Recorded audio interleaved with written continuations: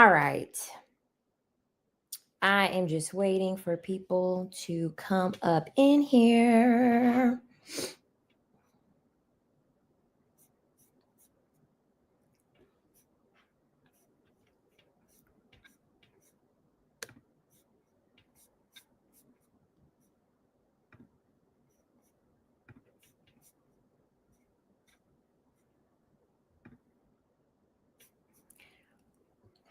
I'm playing with the settings on here. Hey girl, I don't know if you were on here earlier, but I said I would be back after I ran some errands. And so here I am, back again. Back again. We're going to do it the exact same way that we did it earlier today. I don't know if anyone was in here earlier today, but I've been taking content from TikTok and we are going to dissect it together. Think it'll be good for us. But I want to talk about romance, okay? Because romance, the history of romance is actually not what we think it is. Romance was actually used as a way for average men to be able to have access to women. And a lot of women realized this after they got married. And so this is what the honeymoon phase is. The honeymoon phase is when men are romantic to get what they want from you. And then once they get what they want from you, they're no longer romantic. Like, think when you were in the dating phase and y'all were going out on dates, he was buying you flowers and roses and all of this stuff. And then once y'all actually started to get serious, you got to ask for a date. You got to ask him to take you on vacation. And it's because they only use that as a means to an end to get what they want out of you. And I have a video of a man explaining this, and he is literally admitting that men are not romantic and that men actually do not want to love you. They don't want to love you in the way that you were told that they were going to love you. So pretty much the Disney movies and stuff like that. I'm trying to get some more people up in here before we actually start dissecting. I know I hopped on here like kind of late. I know I hopped on here kind of late, but I kind of want to wait until more people get up on here. And don't be shy. Say hi in the chat, y'all. Say hi in the chat. So yeah, there's this guy on TikTok who is literally explaining to women, I'm assuming it's his wife, probably wife and his children. He's explaining to them the fact that men are not romantic. And the crazy thing about it is that the women are arguing with him. They're arguing with him about this. So let's go on ahead and get into it. I'm going to go on ahead and bring this up. Video file.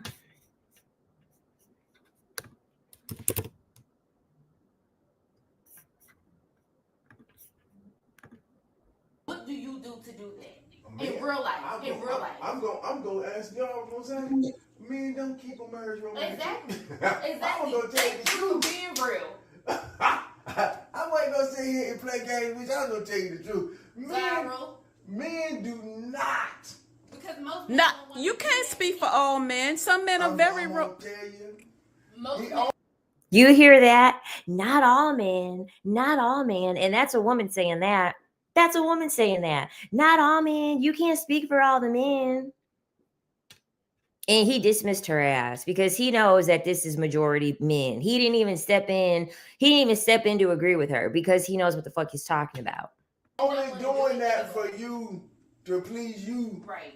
Men are not romantic because women have a romance in their head that men just trying to figure out. Yeah, you know how many men on Valentine's Day be trying to figure out, I'm gonna just buy, that's why all y'all just get flowers. Yeah, because we learned it from Disney Channel. They was watching Power Rangers, Dragon Ball Z, Ninja Turtles, Pokemon, all this stuff. We watching Disney princesses and people getting married and having kids and stuff, and they're not watching that.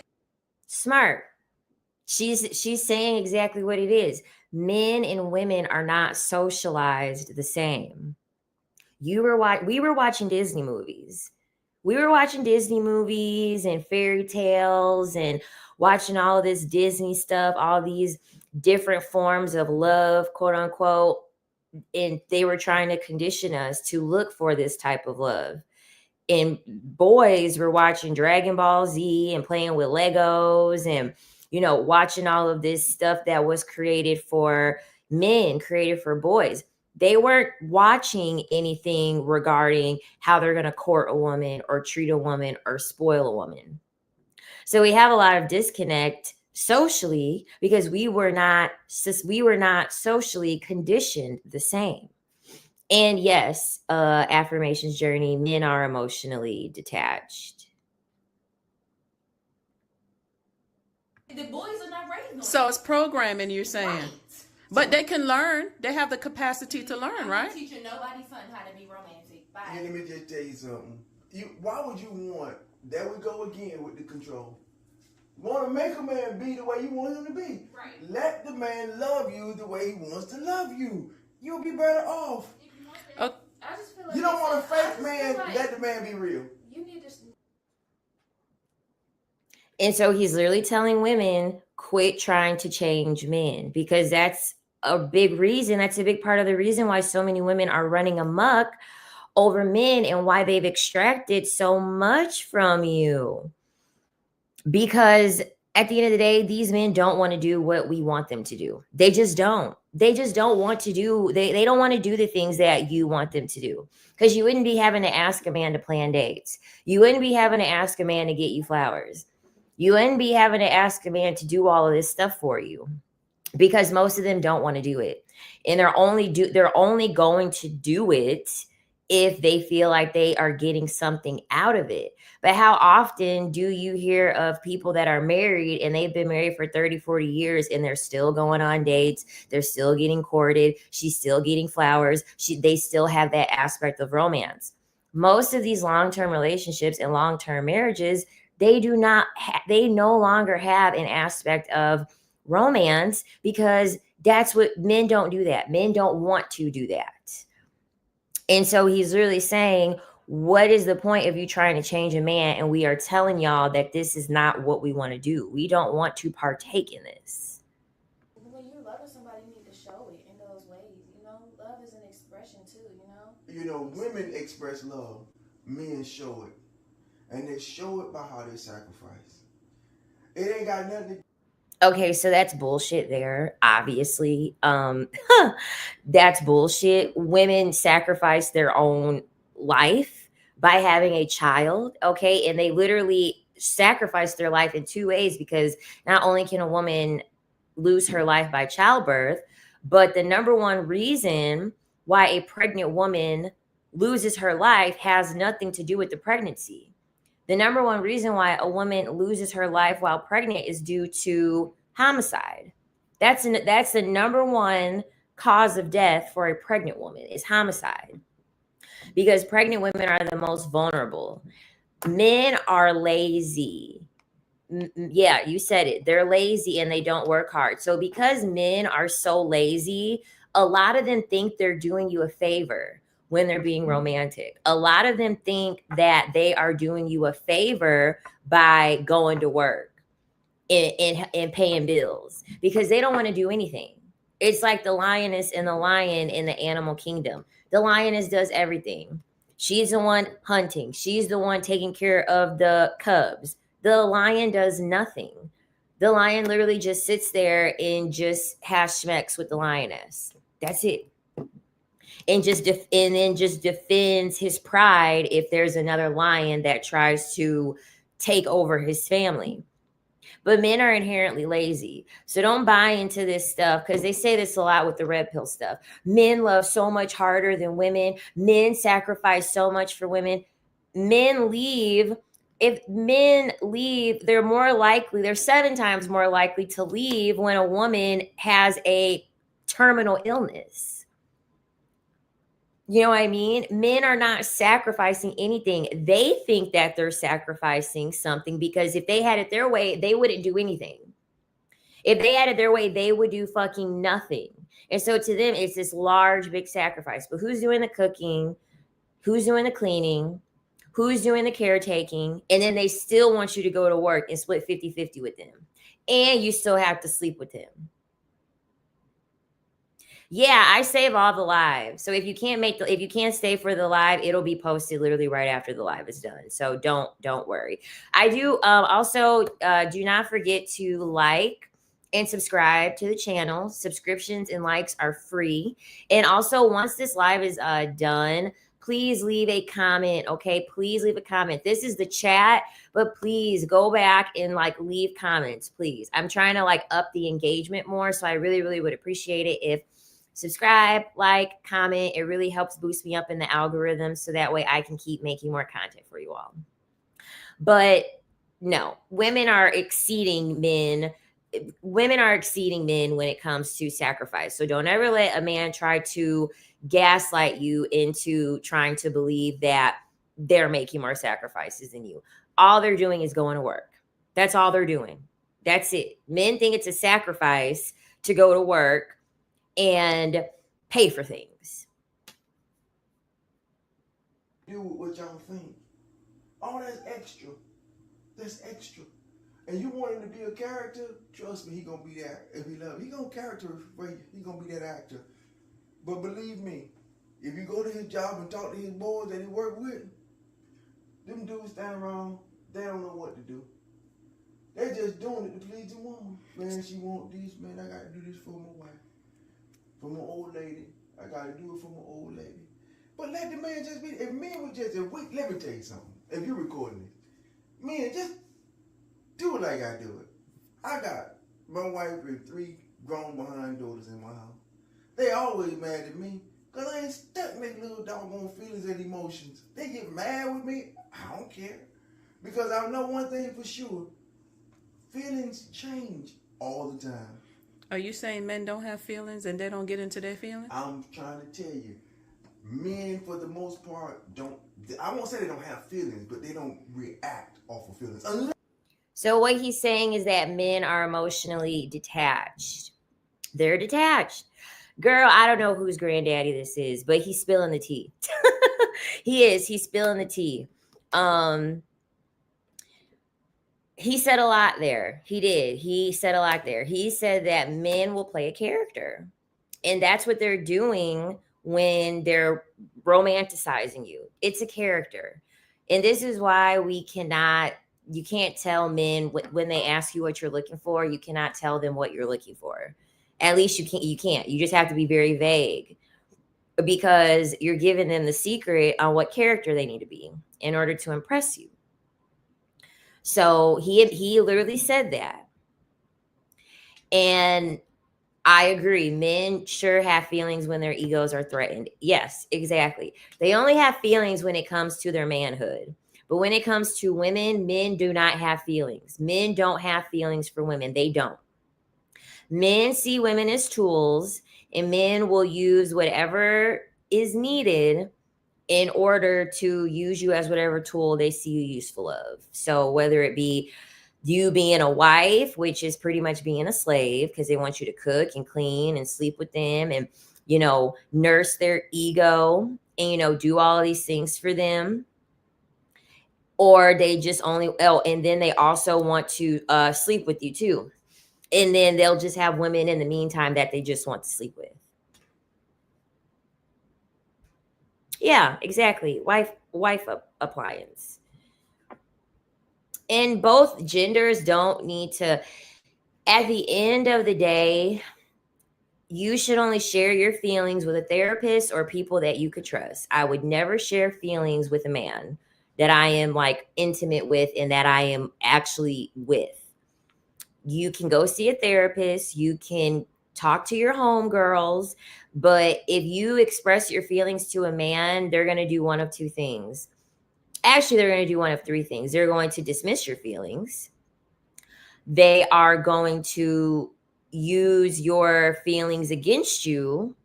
Okay, they're going to use your feelings against you, or they're just going to play the victim and then try to make it seem as if they're the ones with all these feelings and they're the ones that are hurt and having all of these issues. Exactly. He told me, yeah, tell me about it. I told my last being vulnerable. He threw it back later at the end because vulnerability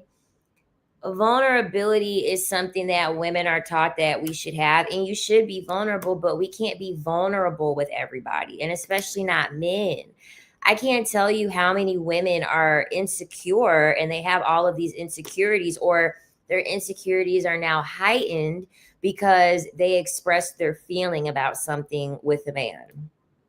Just for that man to come back and spin it and throw it back at the woman. You can't share your feelings with men. You just can't. He just said it. He literally just said they don't have feelings. They don't. Yes. Let me just back up.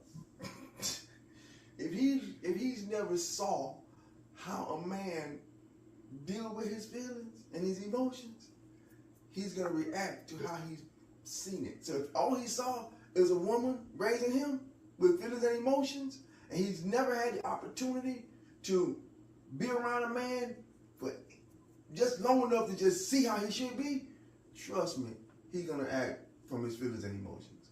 They're different kind of men. They're men that really show a lot of love and affection to their women, and they get it back. Because whatever you give a woman, you get it back. I'm telling you.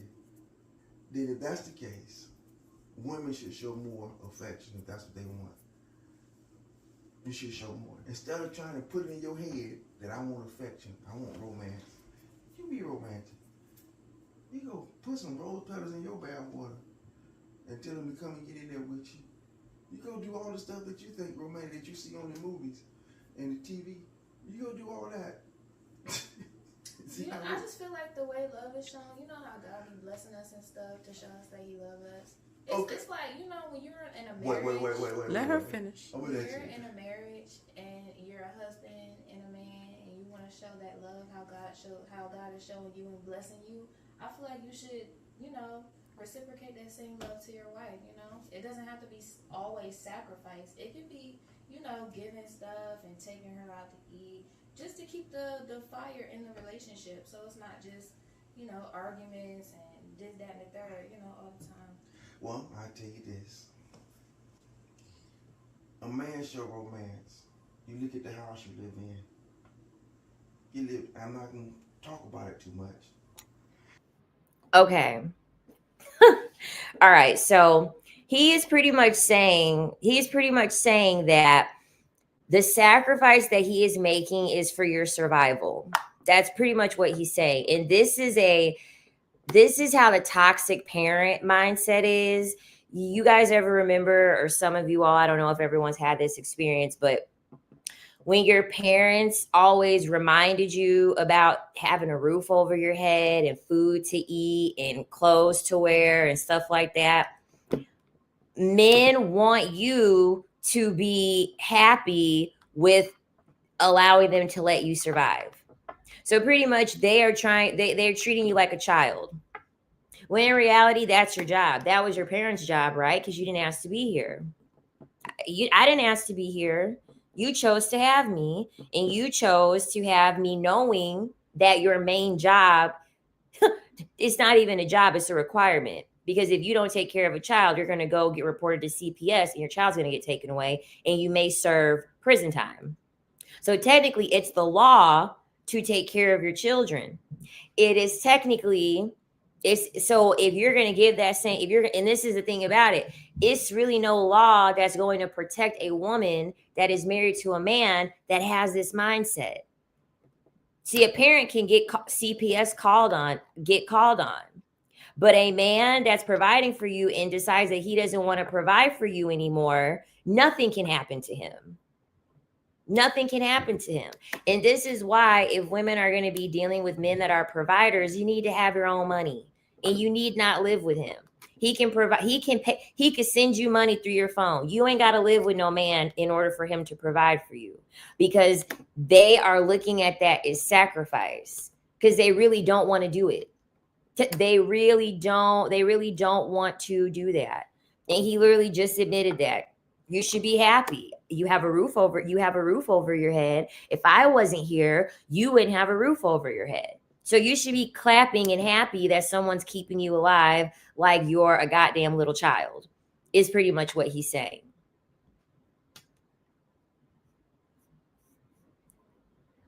But you live in a really nice house. True. You got some really nice cars. That your daddy bought. But the way I think of it is when God, with a relationship wise, when you're in a relationship with God, it's like being His bride, like you're married to God.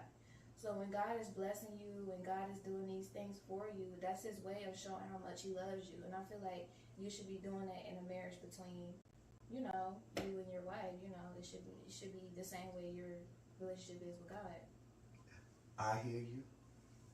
And I was gonna say, when God sent the hurricane, and it's Him that sent the hurricane, are you happy about that? Now it's your husband. I'm just asking a question. I mean, of course. Are you happy about it? No. Okay. Are you happy about it when the tornadoes come? We could even let's make it, that's corporate. Let's make it personal. I'm not talking about the wrath of God. I was talking about how to keep the romanticy, or however you word, in a marriage. That's all I was saying. I know God can get mad about the things that we do, but then, But it's all of it is His love. Every bit. So pretty much what that was him trying to make struggle love sound good. You see how she's trying to be positive? I'm assuming that's the daughter. You see how she's being positive, and she's pretty much saying you should have affection and you should have care for the person that you're with. Pretty much saying that you should be soft with the woman that you're with. You should be soft with the woman that you're with. And then he comes in pretty much saying, well, you're not going to be able to have that all the time. It's going to be hard. It's going to be struggle. It's going to be difficult. There's going to be hurricanes and all this stuff. And it doesn't have to be that way.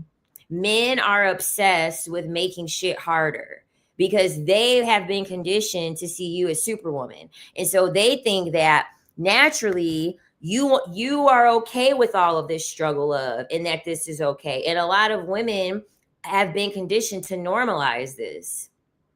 A lot of women that are married will literally joke and be like, haha, that's so funny. Like my husband, he doesn't wipe his butt all the way either. And it's like, that's not the flex you think it is. Oh, he takes care of the bills. He doesn't pay the bills on time either. That's not funny. Okay. That's not something that women should be giggling over and making it seem as if that's like some great thing. All you're doing is glamorizing taking care of a grown ass man. In normalizing the fact of you making shit harder than it really has to be. You tell your children, how to wipe. You teach young children how to do that. You teach young children how to pick up around the house. Not some grown ass man. And then having to pick up the pieces when he chooses to not be responsible, because that's really what he's saying. Men don't like responsibility. This is why they'll tell you to have 2, 3, 4, 5 children, but they're not going to help you with all those children. When they're telling you to have those 2, 3, 4, 5 children, that's your responsibility. Their hands are off of having the responsibility.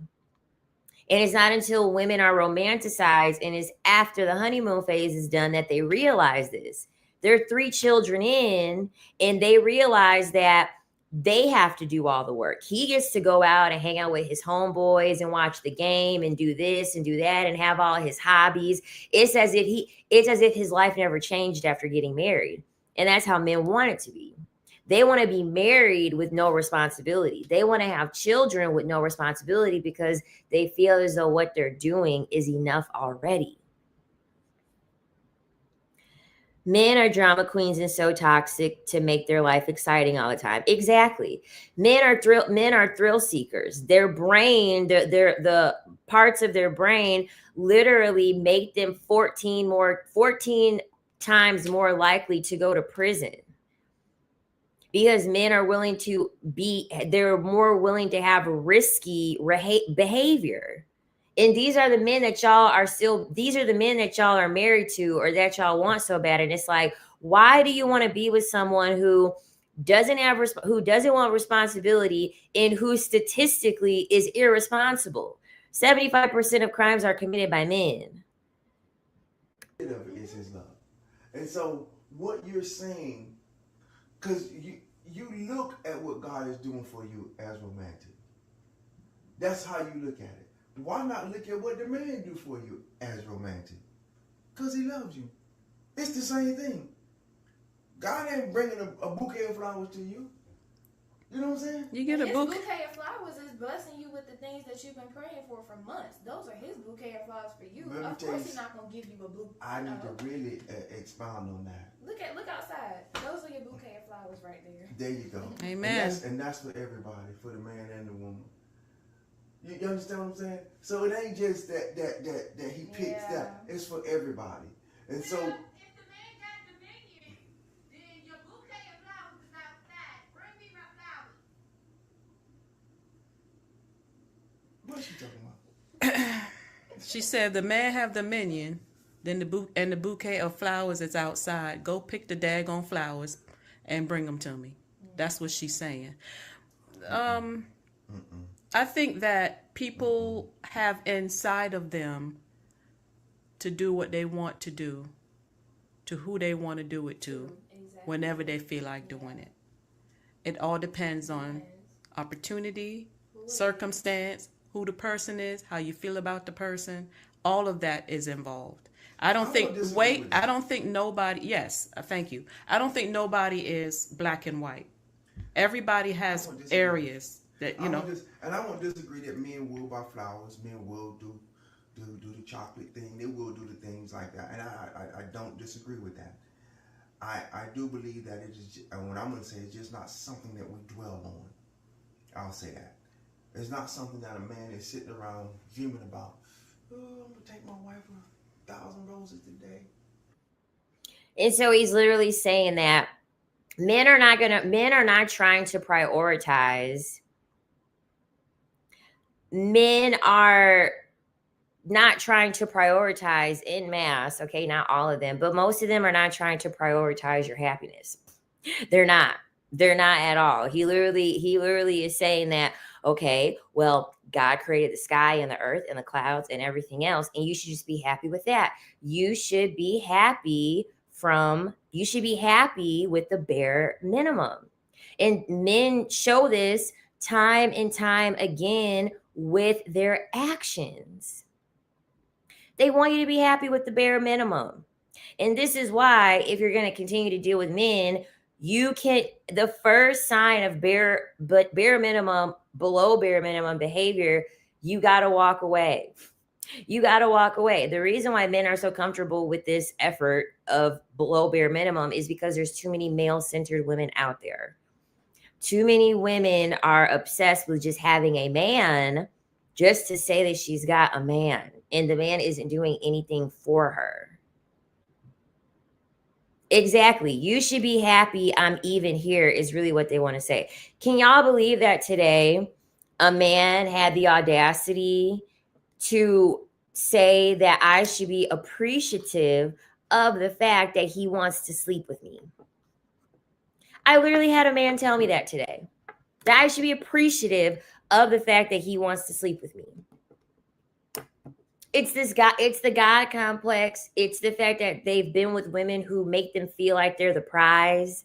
And so because of this, in addition to societal conditioning, men are always thinking that they're doing you a favor.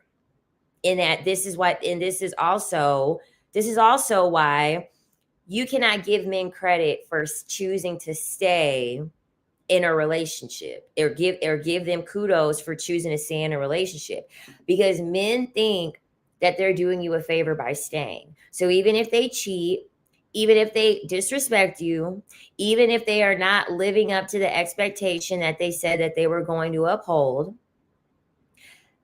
they are like, I'm here. They say that all the time. I'm here, ain't I? I'm here, ain't I? Because in their mind, you get to tell everyone you got a man. You get to tell everyone you're married. You get to show everyone your ring. You get to go shop for the dress and everything else. So for them, they think that you being able to brag to your homegirls about getting married and having a man that's it. That's all you need. So you shouldn't care about what they're doing because they're there. Men can do me a favor, give me this money, then get out of my face. I heard that. But they do the most. It's not insults, it's criticism. The lightest thing is disrespect from a woman. Exactly. Women are historically beating up men. Like, women don't even have enough strength to do that. The bravery that allowed men to take down a woolly mammoth is now the stupidity used to take down a woman. Pretty much. It's interesting because when men want to go for their partner, he has these high expectations for his woman and thinks he is the prize and only one bringing things to the table. I'm going to make another video about that.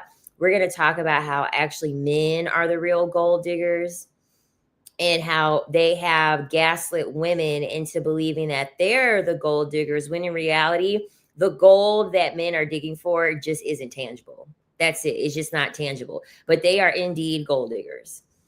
I have been studying the male origins, and our ancient female ancestors did not see them as equal. They did not. So if you study, if you look into anthropologists, first of all, you can't trust books, but you could trust fossils because you can't erase history with fossils and bones and things like that. And the man's history is in a book. Woman's history is underground.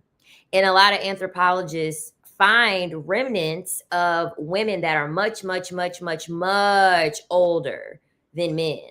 Much, much, much older than men. And it is believed that men and women they were not coexisting together. They actually were separate. And when they would have, it was women who were goddesses. So all of this stuff is manufactured. I don't know if anyone listens to Princella the Queenmaker, but she talks about this. All of this was artificially created. All of this was artificially created. God is a woman. God is a woman. It was goddesses before any kings or emperors or anything like that. And they talk about this in the book, When God Was a Woman. I can't remember her first name, but I know the author's last name is Stone. But the book is called When God Was a Woman, if you're curious about learning more about this. But women were goddesses and men had their own congregation and women had their own congregation. So all the women as a village would raise children to go on ahead and build up the community and to have workers for the community to like hunt and gather and do all that stuff. When women wanted to procreate, yes, Marilyn Stone, when women wanted to procreate, they would pick whoever they thought was suitable. They would sleep and procreate with the man, and then they would unalive the man after. They will unalive him after, because that is the man's purpose. The man's purpose is not to romance you and marry you. We're not supposed to be technically doing this if we go based off of history. Men are dangerous. Why would that? Makes no sense. Like let's literally think about that. Is there anything natural about women being near men when men are 14 times more likely to commit a crime? When they commit 75% of crimes. When a woman is pregnant, the top reason why her life is ending is because of homicide by a man. Does that sound natural to y'all? Because it don't sound natural to me.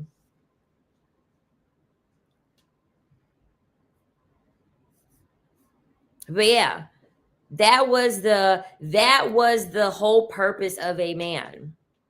Historically, top man gets to procreate, and then after that, he served his purpose. He is done. He is out. And this is a reason why they shame sex so much. They shame sex so much because back in those times, women were actually very sexually liberated, and they used to sleep in temples and things like that. Very Jezebel energy. But it was okay because women were running things, so it didn't matter. Women were goddesses. They could sleep with whoever and however many people they wanted to. And so this is why men shame women who are S workers, OnlyFans, stuff like that. Because actually, it really is in a woman's nature to be that way, to have the sexuality. Like, do you really think that women weren't supposed to embody their sexuality when Jesus gave us these and gave you a booty and made your waist small? And that's the number one indicator of sexual attraction is your hip to waist ratio. They gave a woman that. They didn't give a man that. So why would our creator give us that if it wasn't for some type of use? The issue is that average men have access to women that they should have never had access to. That's why they did it the way they did it back in those times, back in Neolithic times. Best man gets to procreate because the best genes have to pass on along. That's why we got all of these people out here who ain't the brightest, because we were misled with thinking that we just need to procreate just to procreate, when in reality, we need the top genes to procreate with. And that's why men get upset that women only want the top % of men, because average men wasn't supposed to have access to women. You not sit around thinking like that. But Not you know, every some day, do. but Some yeah. do think about that. You know, they think about the next trips they gonna take with their wife. They think about taking off on work. Wait. I won't say that some don't. But I'm going to tell you for sure. In all of my years of living, it's always been the woman in most of the men's lives that I know that have arranged all that. Now, in my relationship, every trip we've taken, I have arranged it. Me. Arranged it. Set it all up. But growing up, as a man, as a young boy, watching men, the women did the trips. The women set up all of that. They set their money aside, they paid for it, and you told that man come. Okay, cool. But the man is excited to come. That's my point. He wants. You know to why spend he's that excited time to come? with his wife. You know why he done that? Because he sees that she's really interested in going. Because of what she done. What you guys are looking for is you guys want the man to do everything and everything. And if he don't do everything and everything, but that man will do everything and everything for the person that he It's loves ve- it's- and it's wants and what truly loves. I'm trying right? to tell you, Deeply. when he's trying to woo her, you got to be careful. Because if he overdoing it, he probably just want to have sex with you. True love bombing. Yep. You better be careful with that now. That's why you have discernment. Because if he's doing all that and he ain't putting no ring on your finger, he's just trying to do I'm it. talking about marriage wise though. I'm not talking about. Okay. Now after he get married to Yeah. you, it just depends. It's a lot in there. There's a lot in there. When I married your mom, we used to take little trips all the time. How you think you came in the world? On a trip. That's how you came. Matter of fact, that's about how all y'all came, just about. To my hotel room. So that I arranged, you know what I'm saying? And I would always been spontaneous, you know? So I would just do little stuff. But this romanticized stuff that y'all are talking about, I don't know about all that. Everybody's we can do it different. sometime, and sometimes can, sometimes won't, sometimes will. It just depends.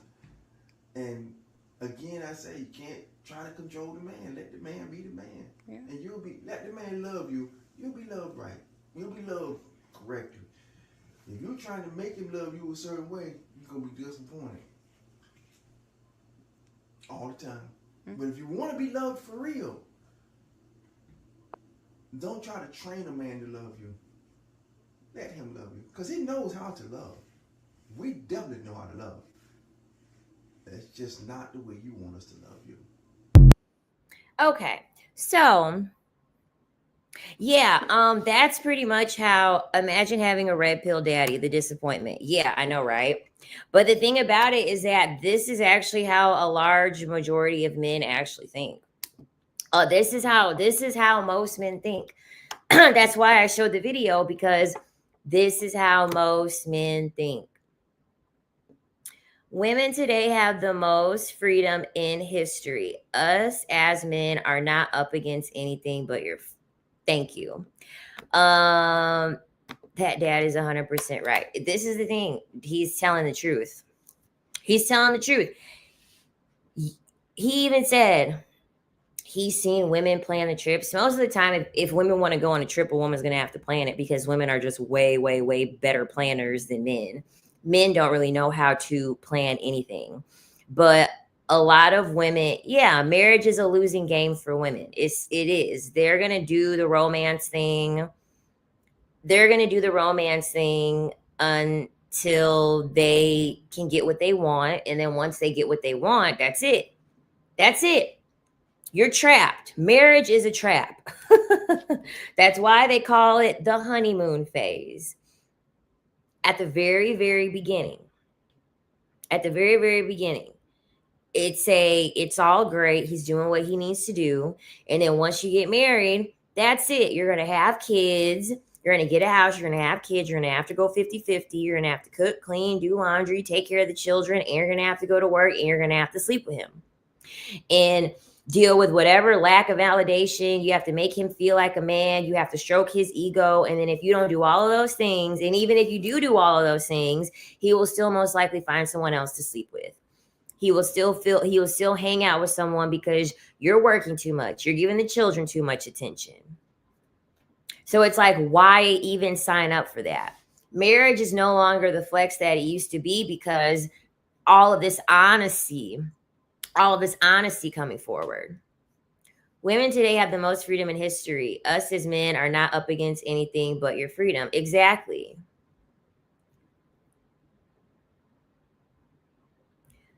When men have a risk and reward, women have a risk and failure mentality. No, it's just the truth.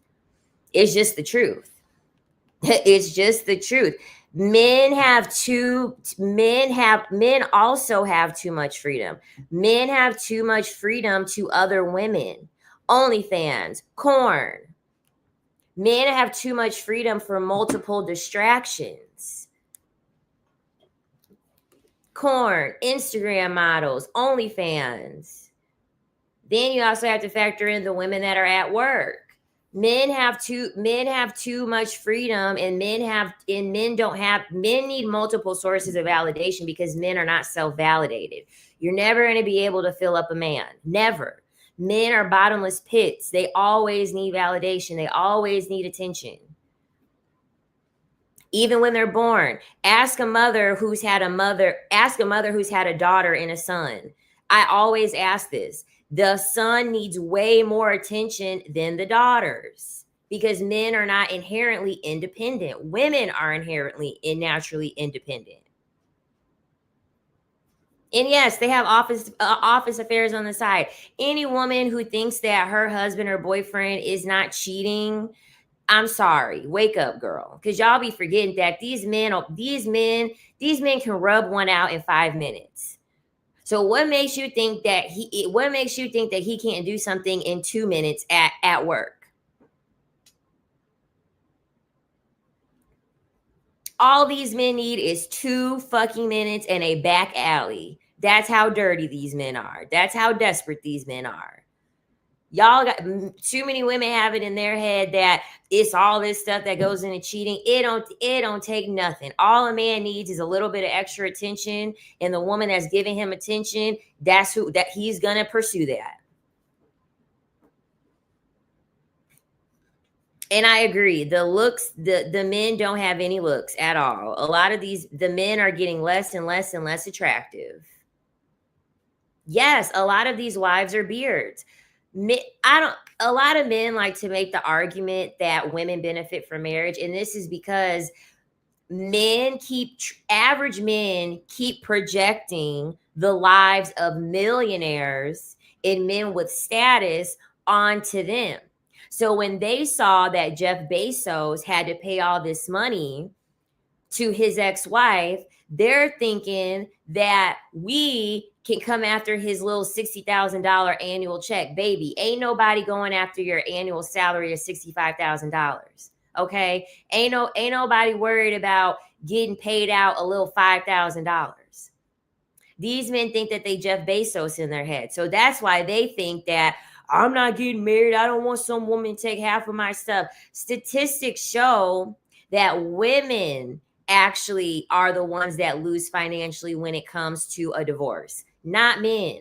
When men are married, they live longer, they're happier, they earn more money, and they are it's up for them to get promotions more, because patriarchy rewards men for getting married and having children. This is why it's just a checklist. It's not men don't see marriage and children as a responsibility. They see it as something that they checked off. This is why once women get married, they're not happy for long after the marriage.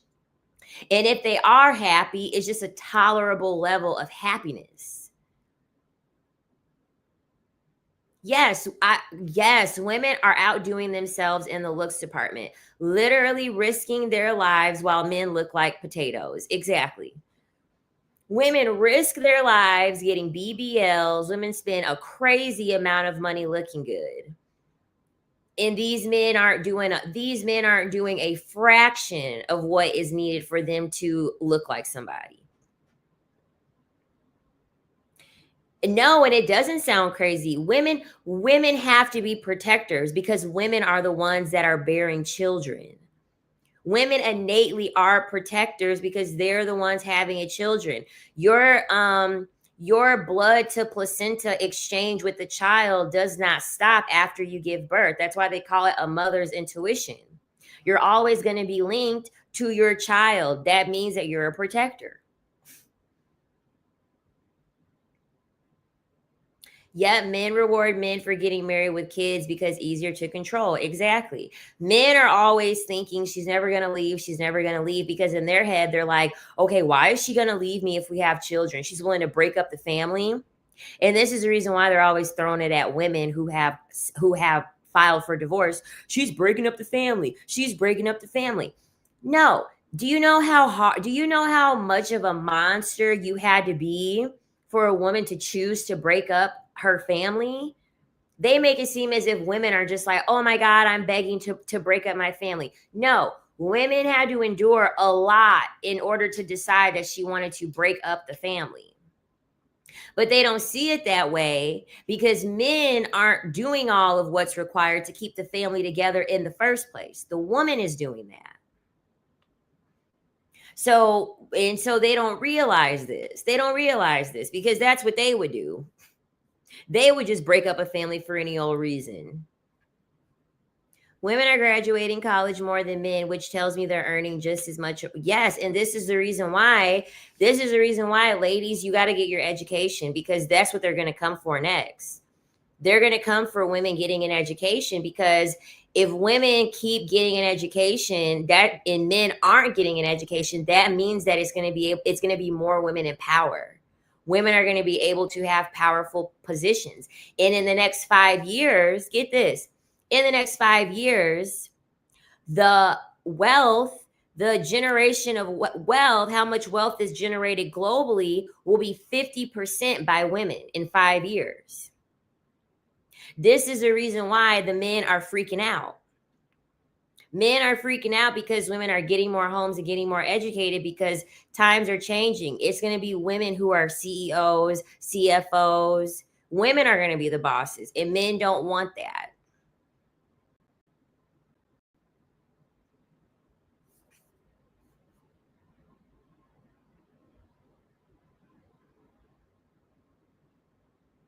Exactly. And it's like the programs for boys and men been there. They don't want to do it. Men don't even want to go to college. Come on. Men don't want to go to college. They say it all the time. College, they drop out of college. College wasn't for me. I don't like college. And so they get a trade. And then they're mad about the trade because their back is aching, their hands are sore, they're increasing their chances of cancer, doing all of this slave labor and construction and all that stuff. That's why they want you to be grateful. Well, you have AC and you have heat because of us. And it's like, okay, but you don't have heat and AC when you're working outside. And whose choice was that?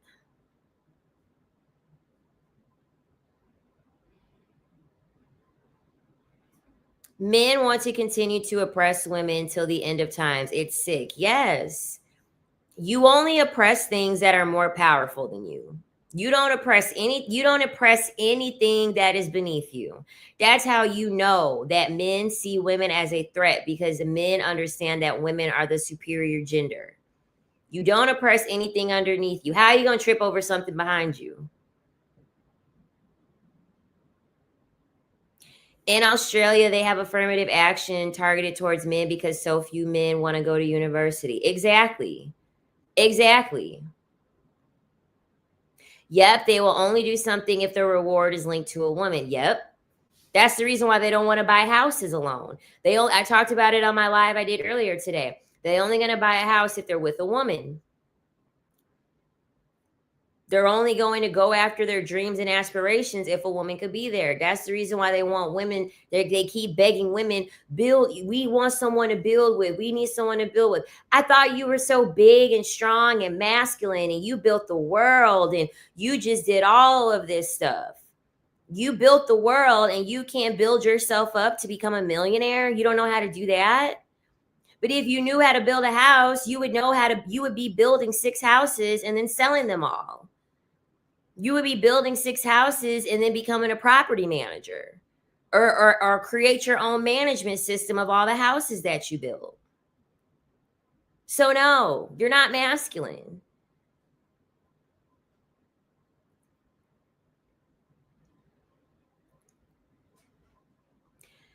I really hope you and Shira do a collab. Yeah, I love Shira, but you and her give goddess vibes. You guys are not overly emotional and stick to logic. Love it. Yeah, I love Shira. I do. I love Shira. Men need women but dislike them. Exactly. And men can't stand that. Men cannot stand. This is why they have that quote for women. Can't live with them, can't live without them. Men don't like us. Men only just want to sleep with us. But men also understand that we have enough value to add to anything, to a house, to a pet, to a child, to a man, to a business, to a place. Oh, thank you. I'm loving pink.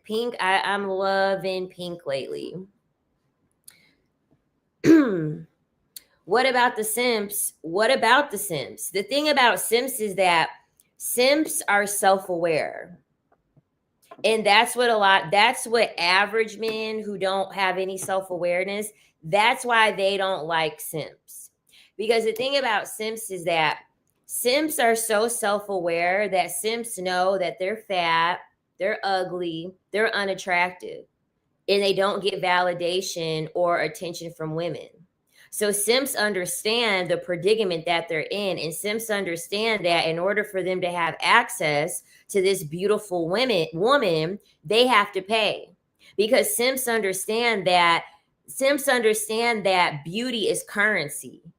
Validation from a woman is currency. You don't get that for free. Women have to wake up and women have to quit believing men men only want you to believe that things that are worthy are things that are tangible. And they're always telling on themselves because they'll sit here and say things like, well, I don't care. I don't care if she doesn't work. I don't care if she works at the diner. Okay, well then how come you don't be with a homeless woman then? How come I don't see y'all with homeless women? How come I don't see y'all with women that don't make a whole lot of money? Because it's historically, there's an age gap. So most women are earning less than you anyway. So when they try to talk this bullshit about we don't like independent women, across the board, women are still making less than men anyway. statistically. So what are you talking about? Independent women? No, they're mad because the independent woman is the woman that they want, but they realize they can't have it both ways. You cannot be with an independent woman and still feel like a man. That's the thing. They want to be with an independent woman, and then they want their ego to be protected. It ain't nothing that an independent woman is going to be able to do to protect your ego. Your ego is your responsibility. You want to feel like a man, go start a business. Go become a millionaire. Go become an investor. That's how you feel like a man, by doing shit that men do. Go out there and be somebody. But they don't want to do that because they're too lazy. They're too lazy. They're really not all that smart. They're not hardworking.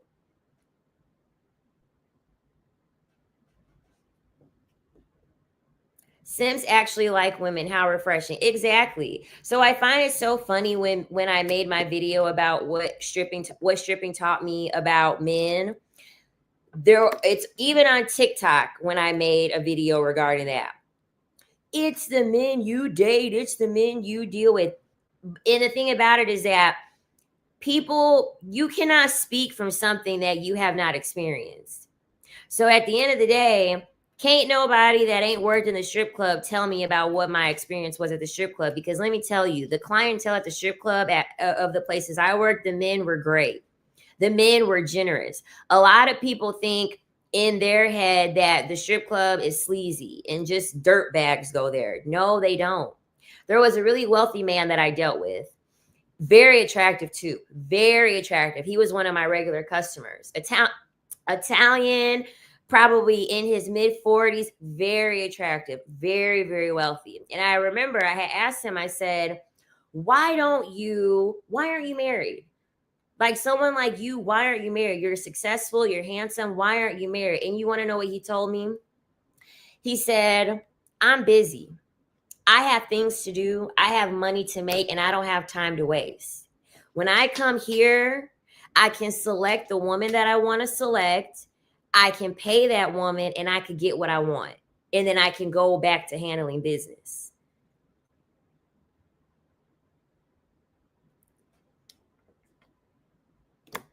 So the thing about simps is that the technical term, like if we look it up, simp is pretty much talking about a man that does things for a woman that does not like him.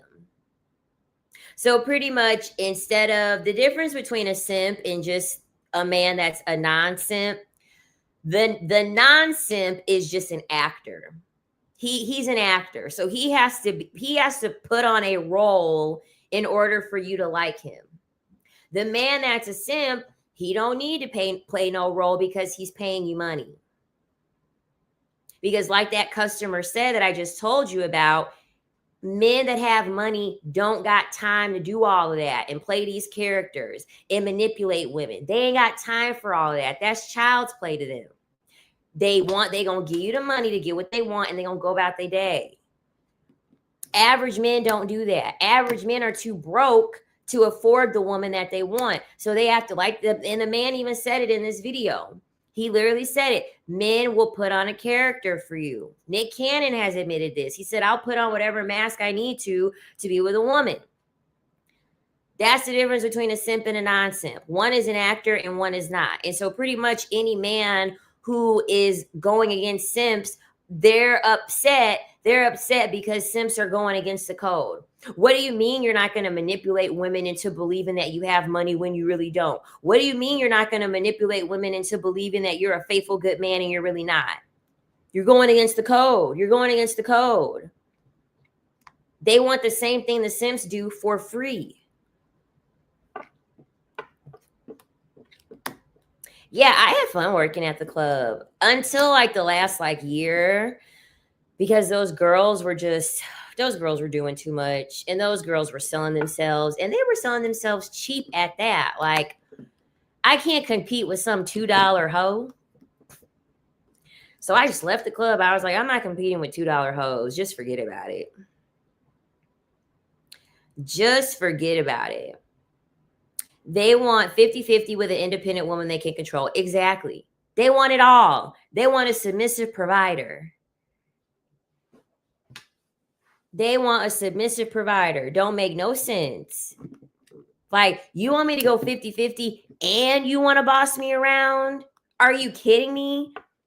Going 50-50 and expecting me to be submissive will literally be the same as me going to a job and paying them to tell me what the fuck to do. Do you know how insane that sounds? Do not ever, ever, ever, ever go 50-50 with a man. You are literally going to work. That's literally the same as you going to work and paying your job for them to tell you what to do. Insanity.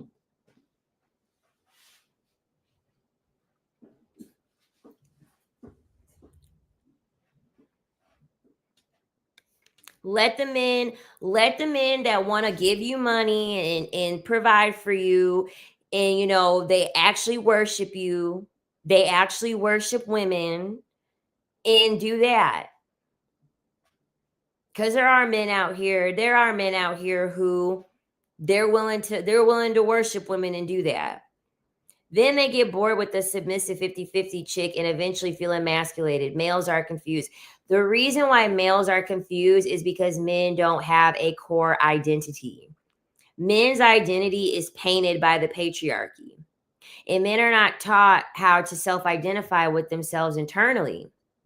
So men are always fighting this battle between what they're feeling inside and what the patriarchy is telling them to do. So this is why they want both things, and they have so much cognitive dissonance, because externally and internally they're lost. Men are very, very, very lost and very, very conflicted. But they tell women this, and this is what's so funny. When it comes to them, they don't understand this concept. But when it comes to women, they're quick to tell women, you're not going to get it all. You can't have it all. If you get the provider, he's going to beat on you. You know, the man that don't got all that money, he's not going to do all that to you.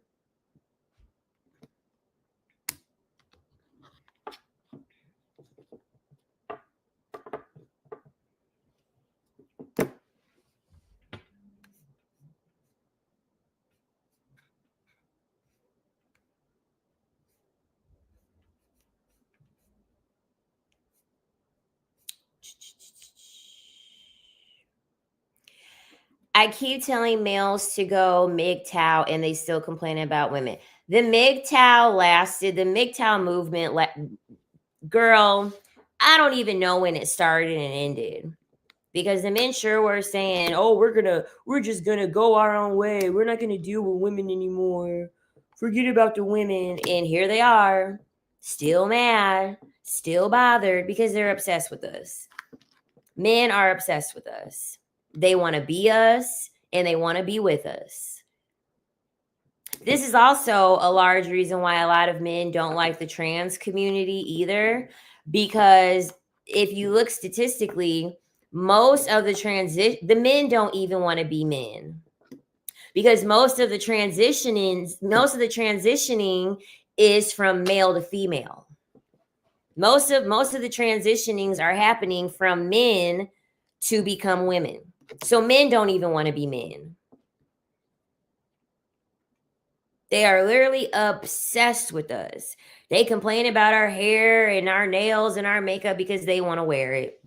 They wish they had enough freedom, and they wish that the patriarchy didn't chain them so tightly, that they wish that they could do stuff to upkeep their beauty, their non-existent beauty.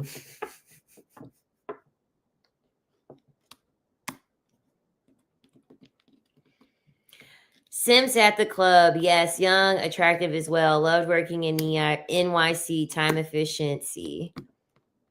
Handsome and intellectual convos. Yeah.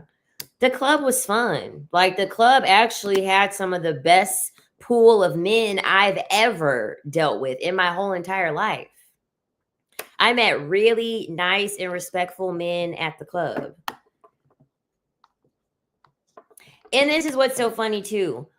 where are these wives that these men are getting from the other countries? Because I don't see them, because they sure are trying to, you know, prove to Western women, well, this is why we're going to go out the country. We're not going to marry you. We're going to marry these other women.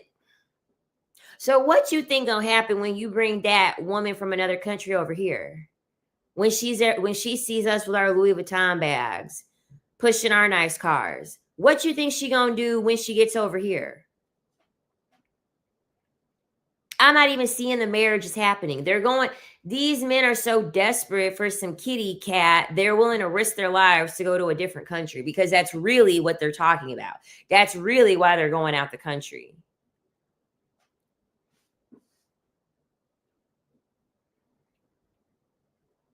They keep the wives in their home countries. Yeah, so many women actually come forth talking about, saying how there's some man that she met and she found out that he had like 2, 3, 4 wives in a different country.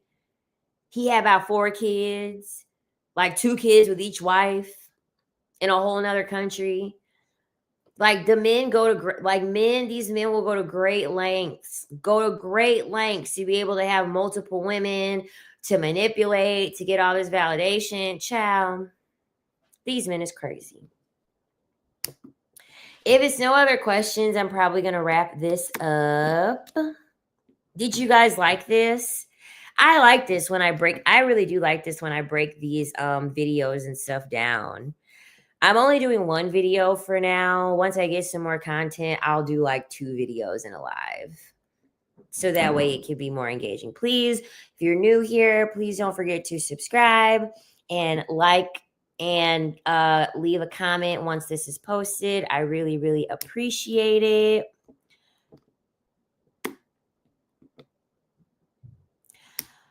Males envy women having options. They expect beautiful young women with options to stay faithful. However, want women to accept men with options. Exactly. This is why I am anti-marriage, because in my opinion, I'm able to extract more from multiple men as opposed to trying to extract something from one man. Why would I go 50-50 with one man when I could have 4 men give me 25 and I could go 100-0? That's how you should be doing it.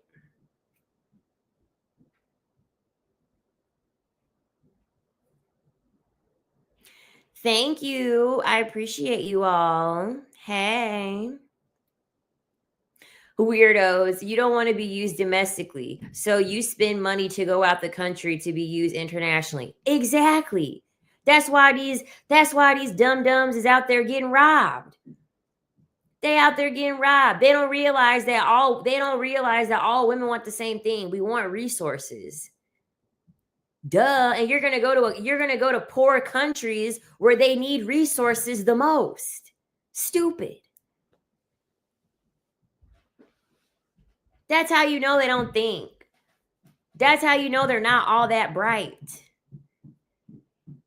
Because why would you go to a different country that has less money and then go there expecting to find a woman who ain't trying to leave, who ain't trying to get more money and ain't looking at you like a come up?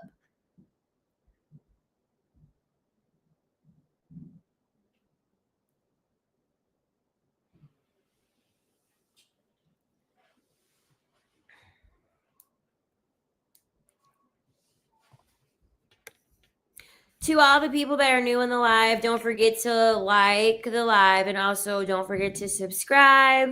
Subscriptions are free. They are free. They are free. Robbed and deleted. The ones who aren't are still using them for their American dollars, as they should. Exactly. If there's any international women out there, if y'all get these American men trying to approach y'all need to you better add tax and add interest, because they're trying to get over on y'all.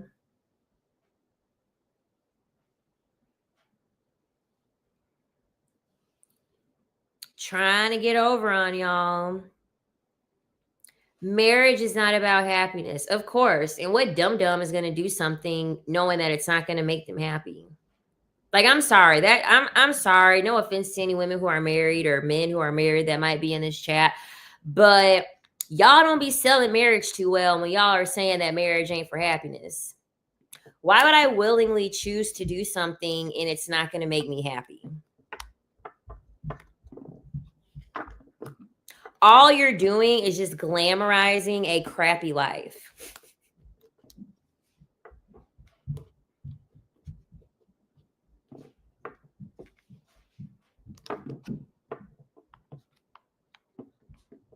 All that you're doing is glamorizing a crappy life. That's why the remarriage rate for women is much lower than it is for men, because women don't want to go through that shit again. Men don't mind going through it again because men get so many benefits from being married. Who wouldn't want someone cooking food for them, cleaning the house, doing laundry, sleeping with them whenever they ask for it? Who wouldn't want that? And these are the very same men who are telling you marriage isn't about happiness, marriage is duty. But he's the one getting all the benefits. How is you cooking and cleaning and having to open up your legs all the time that he wants it, even when you don't want to do it? How is that a benefit to you? Oh, I know why. Because you got a shiny ring. And for some of y'all, it ain't even a big ring either. You got a ring and you got a wedding. You got a ring and a wedding in exchange for slavery, pretty much. Modern day slavery. Which is cool. If you're happy, I'm happy. But I can't stand it when people try to sell marriage and are trying to explain it as it's not about happiness. It's not about happiness. Well, if 83% of women are currently married, then why is 70% of marriage, or why is 70% of divorces initiated by women? If 83% of women are currently happily married, why are 70% of divorces initiated by women? The math is not mathing.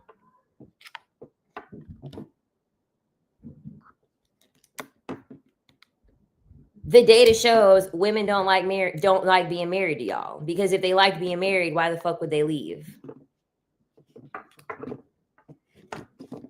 And it has nothing to do with money. Has nothing to do with, but gray marriage has divorce. You ain't seen the statistics? Gray divorce is the highest it's ever been. Do you know what gray divorce is? Gray divorce is when people over 50 are getting divorced. That statistic has increased. So even the older women are leaving their husbands. Now where's your rebuttal? We don't like y'all. Point blank period. Accept it. We don't like y'all. We don't like, no, where are your stats then? Because see, I'll share the screen. As a matter of fact, hold on. Let's share the screen, y'all. Gray divorce increase.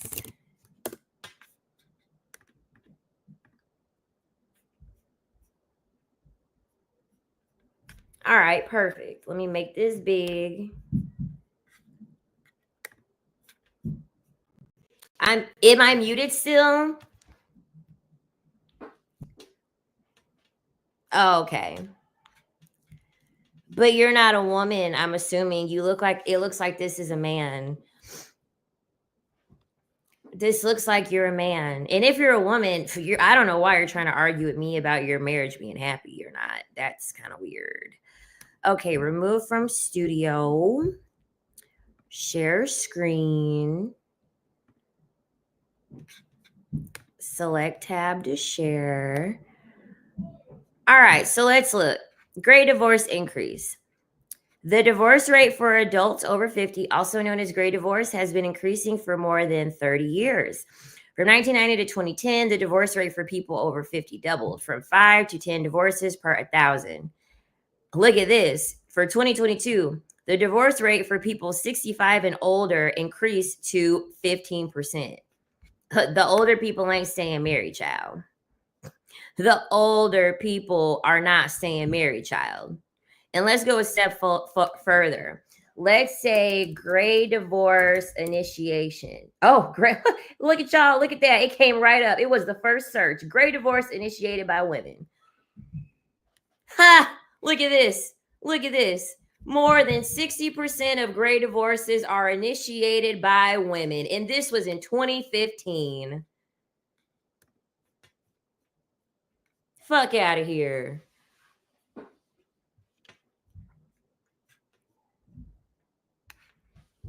Women don't like being married to men. They don't. They don't like being married to men. Point blank, period.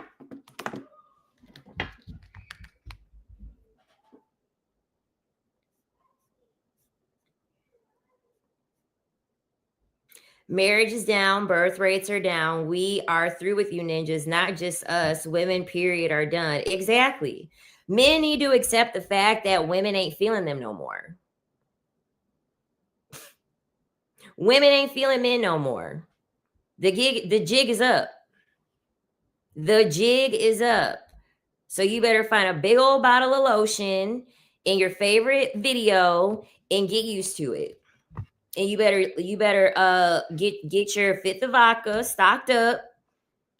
Get your Hungry Man Lunchable ready. Get your little 15 things of Hungry Man Lunchables ready. And live the rest of your life. Because we're going to be good with our cats. I know I am. I'm going to be just fine with my cats. Because I can give myself the soft life. Do y'all think I should do a pop the balloon analysis? Would you guys like that?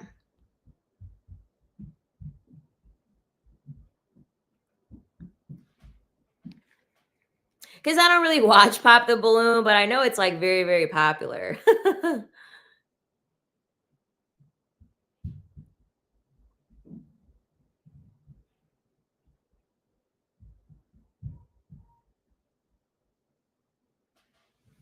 Yeah, I think that would be fun too. I do. I think that would be fun.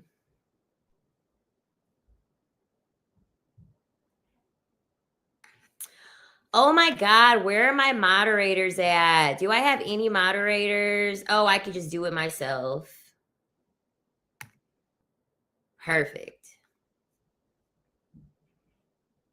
To be honest, no, I hate that concept, but if others want it, why? Share your thoughts. I don't watch Pop the Balloon only because like I feel like it is like very like performative in a way. It's fine. I got rid of that clown.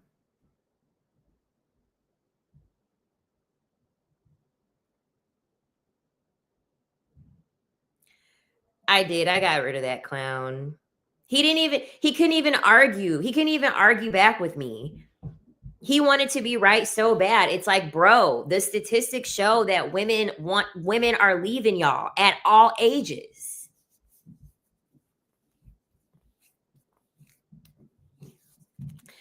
I don't deal with men. I don't deal with men. I don't go on dates. Some of them will talk to me, you know what I mean? Some of them will talk to me, but I don't deal with men like that. I don't deal with men. I might have an itch scratched occasionally, but I don't deal with men because I don't have time for that shit. I don't got time for it. Who is happiest? Married mothers and fathers. Oh my God. No, you said no. You said that the happiest of people. You said that the happiest of people are from the older generation, and I said no because women are divorcing y'all.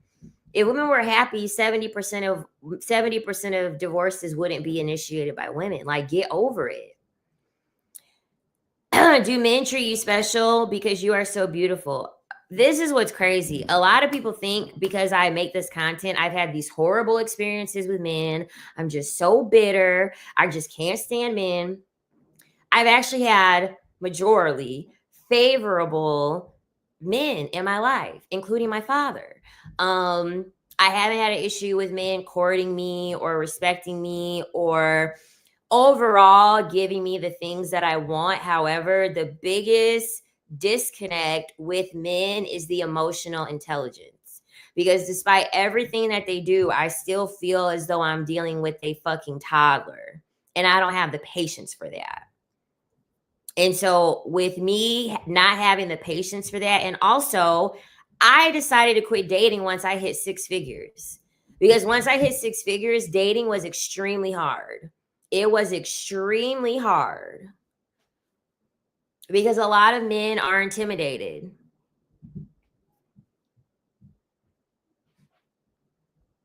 Men want to be animals. Men call themselves animals. Men call themselves apex predators. Men literally brag about being on the lowest vibration possible. Men literally brag about being the most basic of a specimen you could possibly be, because that's all that they can amount to be. Men are never going to be self-actualized. They refuse to be self-actualized. Men like being animalistic. Men like operating at a lower frequency. And this is why 70% of women are divorcing their asses. Because women don't operate that way. Women do not operate from animalistic urges.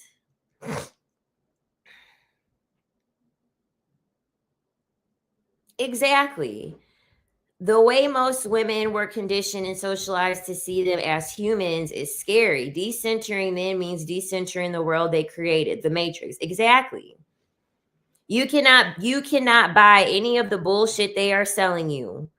Marriage, romance, you cannot buy any of that. Yep, I told y'all, these men take pride in being predator. They literally call themselves animals and apex predators. But that's why they're so jealous. That's why they get so mad. You're gonna be alone. You're gonna be dying alone with cats. They're mad, and remember how mad they got over the bear because we chose the bear over them. They were so mad because they weren't the animal that got chose. They're jealous. They're jealous of the animals. Y'all remember that content creator on Instagram? She got that pit bull named Storm, and she be cleaning him and making him home cooked meals, and she be taking good care of that pit bull. They was jealous of the pit bull because they animals. They animals, and they at the bottom of the food chain, and they mad about it.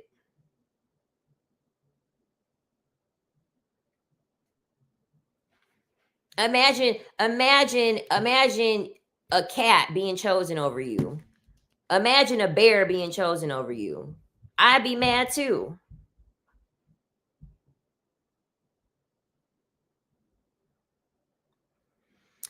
They hate us because we're powerful.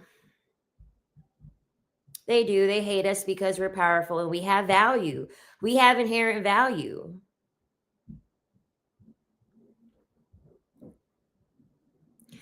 Imagine if the world wasn't ran by men. Did male nature ruin humanity's society? I would argue males brought narcissism to society. Wasn't Satan a male angel? Listen, men created classism, racism, colorism, classism, socialism. Men created every ism possible. This is why men don't like the idea of women leading. Because men don't like the idea of men only thinking hierarchies. And so they don't want women to lead because if you take men out of the equation, women do not think in hierarchies. When women are competing with one another, they're only competing with one another majorly over men. If you take out male-centered women in most cases are not thinking in hierarchies.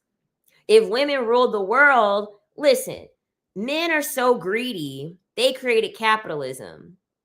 Men took natural resources such as fruit, vegetables, and water, something that you can grow for free out of the ground or take from a river or a stream, and made it to be bought for consumption.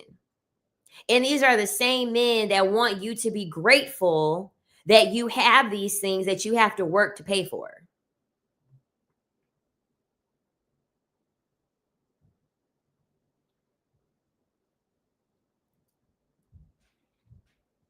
If women were running the world, women wouldn't be charging for water and shit that we could grow out the ground. We would just grow the shit and just give it to people.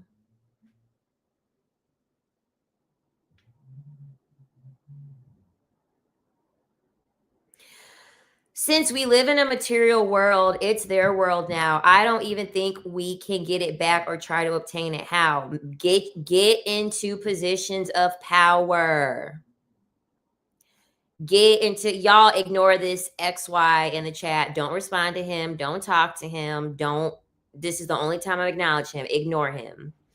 That's what allows them to get out of here, because I'm not about to be pressing this, blocking, and doing all that shit. We control their literal existence. We are the portals into this world. Exactly. That's why they're so obsessed with us. That's why they want to sleep with women. What we have in between our legs is not just something that pleases men.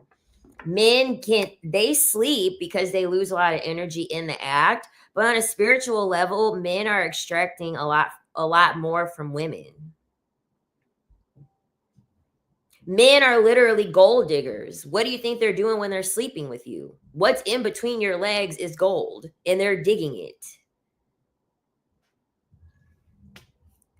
Cats were worshipped by Egyptians. Yep, that's why men don't like cats. Men prefer dogs over cats because dogs are very obedient, and you can groom a dog easier than you can a cat. When you walk in the house and the dog is there, the dog gonna run to the front door and all excited, jumping on you, happy. He been waiting at the door all day. The cat, you'll call the cat's name 10 times. And if they don't want to look at you, if they don't want to come to you, they're not coming to you. Cats are not able to be controlled. Cats represent the feminine. But in order for women to take over the world, women have to get in positions of power. This is why I'm always going to tell y'all, get in education, okay? Get in education in social climb. Social climb. And the thing about it is that you still got to finesse your way to social climb, because you still have to climb on top of men. You still have to finesse men to be able to climb up in this world,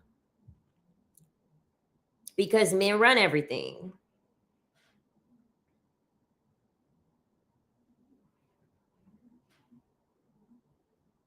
I mean, of course, yeah, like your cats will run to you, but your cats, a majority of cats, if they're in a certain mood, they're not going to run every single time. If they're not in the mood, they're not doing shit that, at the end of the day, cats aren't doing anything that they are not in the mood to do. So if you give a cat a toy and the cat don't want to play with that toy, the cat not going to play with that toy. Yes, cats are superior. They got a sixth sense. Yeah, cats can see into the spiritual realm. They can see things that we cannot see. That's why some cats, it'll be an empty room and they start making all those weird noises, or they try to attack something and it's just air. It's because it's something that they are seeing that we cannot see.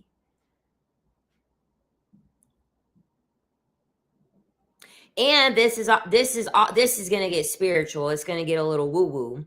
But this is also why in the Bible, they are representing, the serpent. They talk about this too. And when God was a woman, they represent the serpent and the snake as being this devious thing, to convince, Eve to like bite into the apple.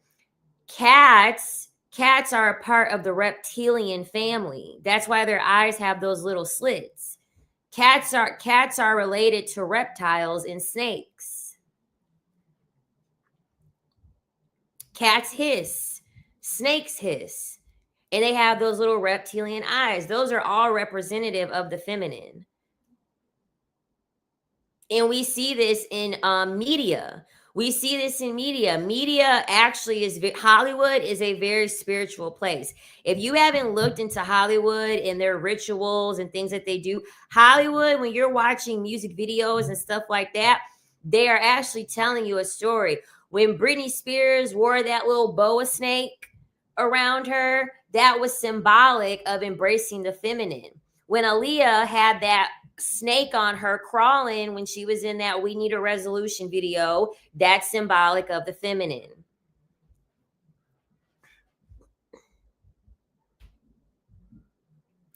A female cat is a queen, and what is a female dog called? Exactly. Ain't no such thing. Ain't no such thing. When you hurt the divine feminine, your world crumbles. Exactly. And this is what's so crazy is that don't ever let these men make you feel grateful for them providing this material world, because at the end of the day, in order for this material world to even exist, they had to extract something from the feminine. For instance, our phone, if you have an iPhone, your iPhone is not only created by man. People in Congo are losing their lives extracting cobalt from Mother Earth to make that phone work. That's the feminine. Anything from the earth is the feminine. I'm thinking about doing book reviews, but the thing about it is that so my friend gave me money to get me a Kindle because I don't know what it is, but I'm having a hard time remembering that I have a paperback book and the book got to be in front of me. But I have been thinking about doing book reviews. Ooh, never thought about that. Makes sense. Their bodies can fit and slide under doors in tight places like snakes. So, Roxanne, what I was saying about snakes was that cats, we were talking about cats. Cats are they're pretty much a relative to reptiles, to snakes, and to any other reptiles. They have those slitted eyes. And cats, when they hiss, snakes hiss. And so those are all embodiment of the feminine. Like Georgia said, they could fit in very, very tight spaces. They can crawl under very, very small crevices. They're all related. I would like a video about how the feminine manifests itself in the physical world versus pop the balloon. I can do that. Shit, I can do both. Yep, exactly. They're all related. They're all related. Yep. Cats don't fear snakes because that's their relative. And remember this too. Cats and snakes, they hunt after the same thing. They both like mice.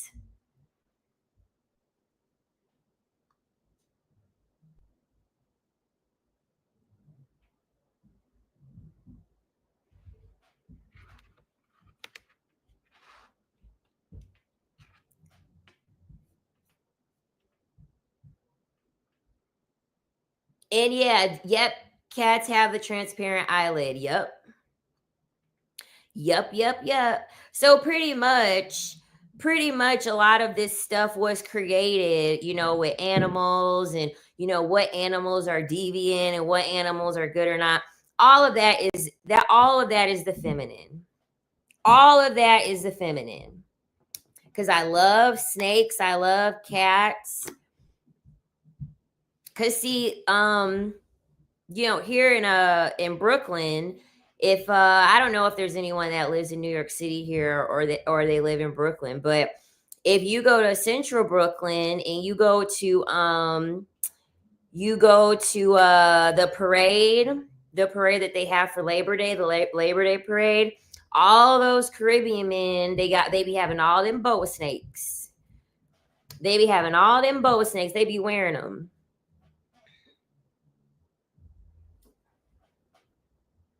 Because they know what it is. They know that that's a part of the feminine. Just like the Middle Eastern men, they be worshiping them cats because they know what it is. They know that that's a part of the feminine. That's why they call what's in between your legs a kitty cat. Because that's what represents the feminine. Cats are not submissive.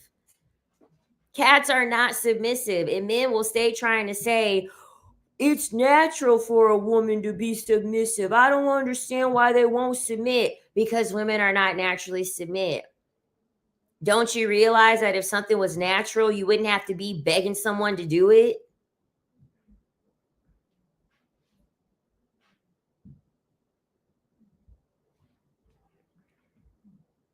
And this is why they want to say anything spiritual, you're a witch, you're a witch, you're a witch. Because men understand that women are connected to the spiritual realm, just like cats are. This is the reason why they did the Salem witch trials. And this is also why men always are gaslighting you when it comes to your intuition. Your intuition, that's feminine. Men don't have intuition. Only the woman has that. And when a woman has a child, her intuition goes out to her children. So she'll always be able to have a sense of what's going on with her children. I can't remember the documentary, but it's so good. It was a documentary about this woman. She was pregnant. She gave her daughter up for adoption. And it was years later, and she had gotten a phone call saying that her daughter was missing. And innately, this woman knew where her daughter's body was. The police didn't want to believe her because men care about everything tangible. This is why you cannot rely on men's reality. You can only rely on your reality. Because men want proof of everything. Men don't understand that men don't want to believe that women have the ability to be able to be clairvoyant. Because we do. When you really tapped in spiritually, you can be clairvoyant. This is why they hate it when you have dreams about them cheating, because it's the truth. You had a dream about them cheating because their asses was cheating, and it freaks them out. But this mother, even though she gave her daughter up for adoption right after she was born, this woman was able to find her daughter in the exact location that they found her body. And she hadn't even seen her daughter I don't remember how old the daughter was, maybe in her 30s, I want to say. She was able to find where her daughter's body was located at. And she hadn't seen her baby since she was born. That's how strong that's how strong mother's intuition is. I'm going to find the name. I'm going to find the name of it. And once I find the name of it, I'm going to pin it in the comments so y'all can watch it. And the men, because y'all know men are mostly in the police force, they did not want to believe her. They were like, but we have to have proof. We have to have physical proof. We have to have something that shows us that this is where we can pick it up. And she's like, I don't care. This is where my daughter is. And she was right. When my ex was cheating, I saw the woman calling on the phone in a dream and told him about it. The next day, he left his phone on the counter and it happened just like the dream. Yep. This is why men have to rely on manipulation. Men have to rely on manipulation so that you lose your connection to the spiritual world. Listen, they unalived the witches for a reason. They unalived the witches for a reason. Because with spirit, you're way more powerful than anything physical. Way more powerful than anything physical. And men know this.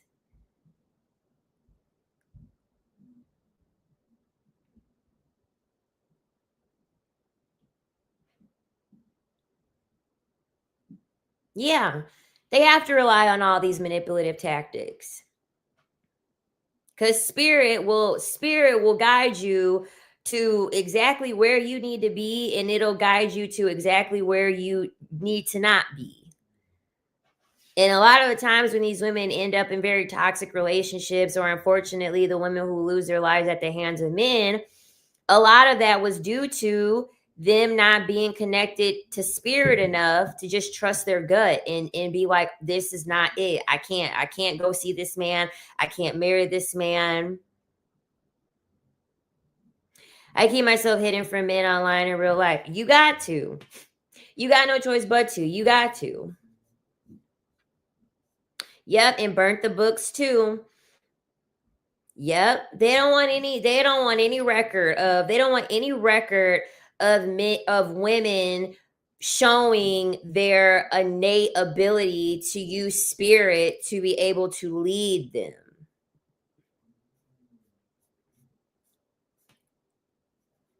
That's why I said all of this was created.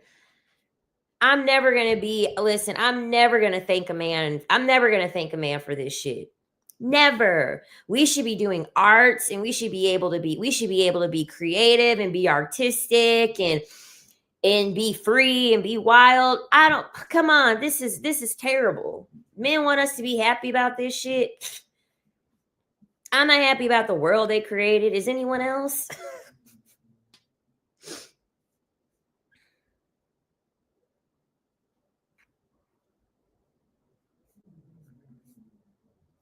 This is also why they created the Bible in the first place. They burnt all the books with spirit and created the Bible to pretty much artificially condition women to believe that the man should be leading and the man should be the dominant one, and the woman should just do everything that the man says because he knows what he's doing.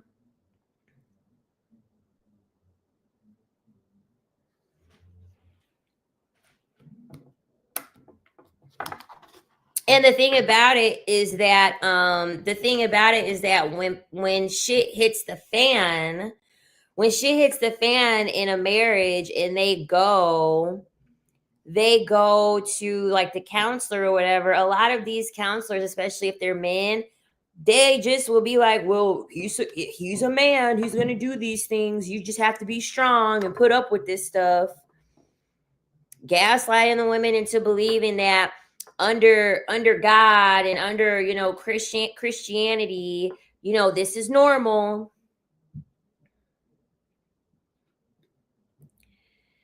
The men are happy with the world they created. Look how lonely they are. Yeah, and look at how often they unalive themselves. I think the average age for men, let me look it up. I don't want to give the wrong statistic. Give me a second. It's probably going to be weird because I'm getting off the screen. Hold on.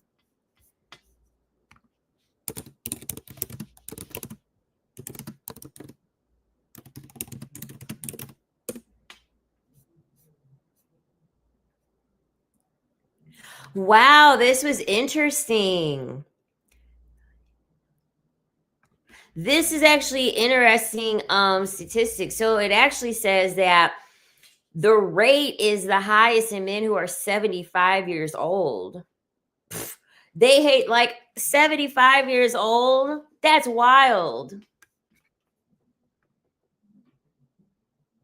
Men 75 and older have the highest unaliving rate.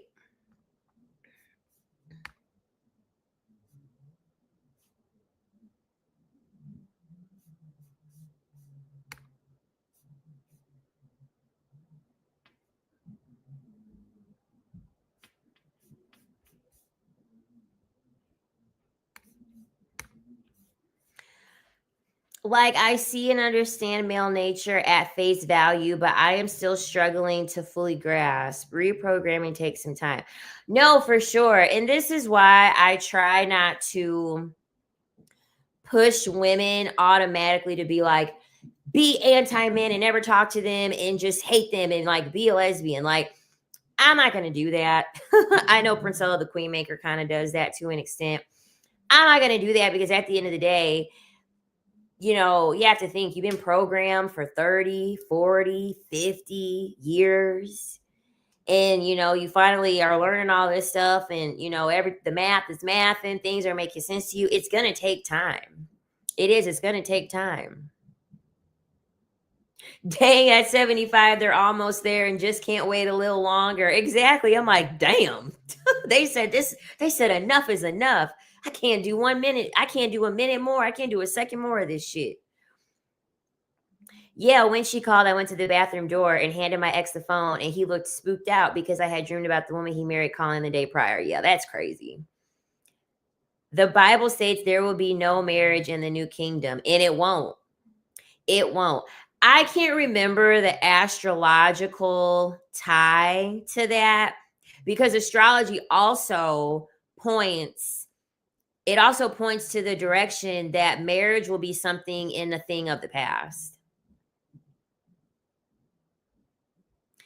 Into the Fire, the Lost Daughter. Let me look at my phone and see.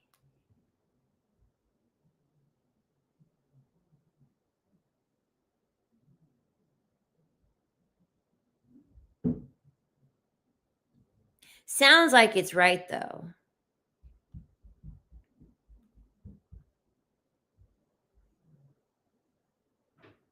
Yep, that's it. That's the name of it. Into the Fire, the Lost Daughter. It was really good. Wonder if gray marriage has any impact on that. I believe it does. I do. I believe it does. Because, come on, let's face it. How quickly is a 75-year-old man gonna find another woman to marry him? And come on, 75, all he doing is going to the doctor, going to the hospital. He at that point, ain't nobody finna deal with no old ass man that they gotta take care of. They gotta take care of grandpa and shit. No.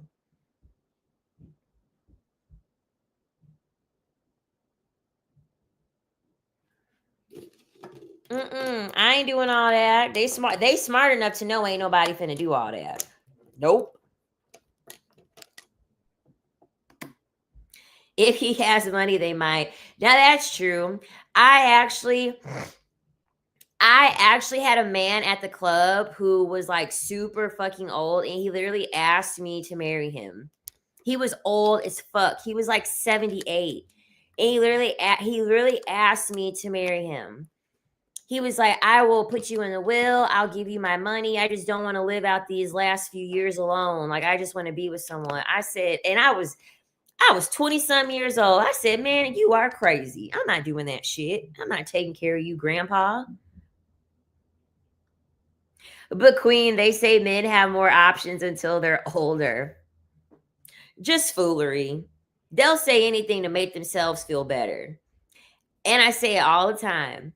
Ain't no 20-year-old woman saying, oh my God, I wish I was with a 40-year-old or a 50-year-old or a 60-year-old. Ain't no woman in her 20s or 30s, yeah, but 20s for sure. Ain't, because they want the 20-somethings. The 20 years old, when they're thinking of their dream man or any guy that they're attracted to, it's not a man who's 40, 50, 60.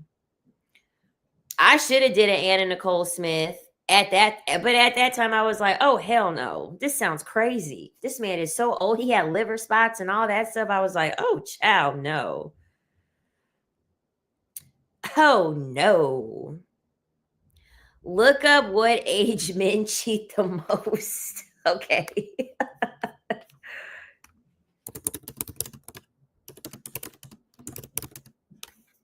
Cracking up, it came up. Men are most likely to cheat between the ages of 60 and 69. They said that it says that men's infidelity rate increases with age, but it's self-reported. I'm not a big fan of self-reported studies. I'm not a big fan of self-reported studies because most people don't have enough self-awareness for it to be accurate enough. That's why I don't necessarily like the statistics regarding like happiness. Because happiness is subjective.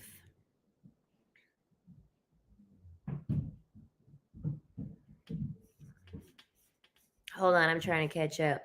Oh, for sure. I was talking to my 70-year-old grandmother, and she told me the only old bones I want in my bed is my own. You're hilarious. And by them, I mean me. That's hilarious. I'd hire an in-home care nurse since he got money, right? I should have just did it. So they failed to cheat and toe tag themselves. Pretty much. They realized that the little young thing that they got ain't finna stop her life for him. And so he's like, man, oh, and then the wife finds out, and then the wife leaves him and divorces him. So he's just like, fuck it, I don't even have anything to live for now.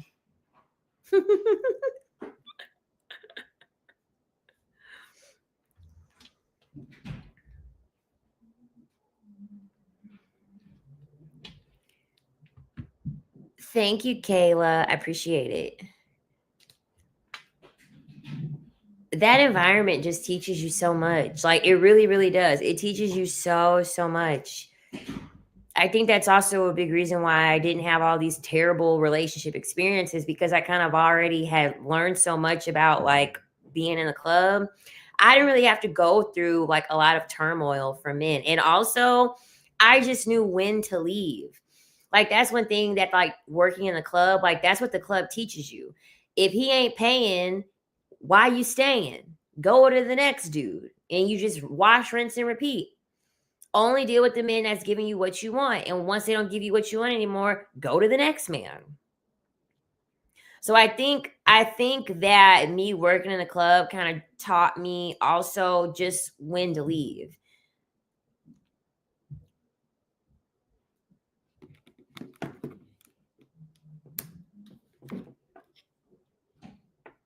Because I feel like the longer you stay with one man, the shittier it'll get at some point. I kind of feel like it'll I don't know.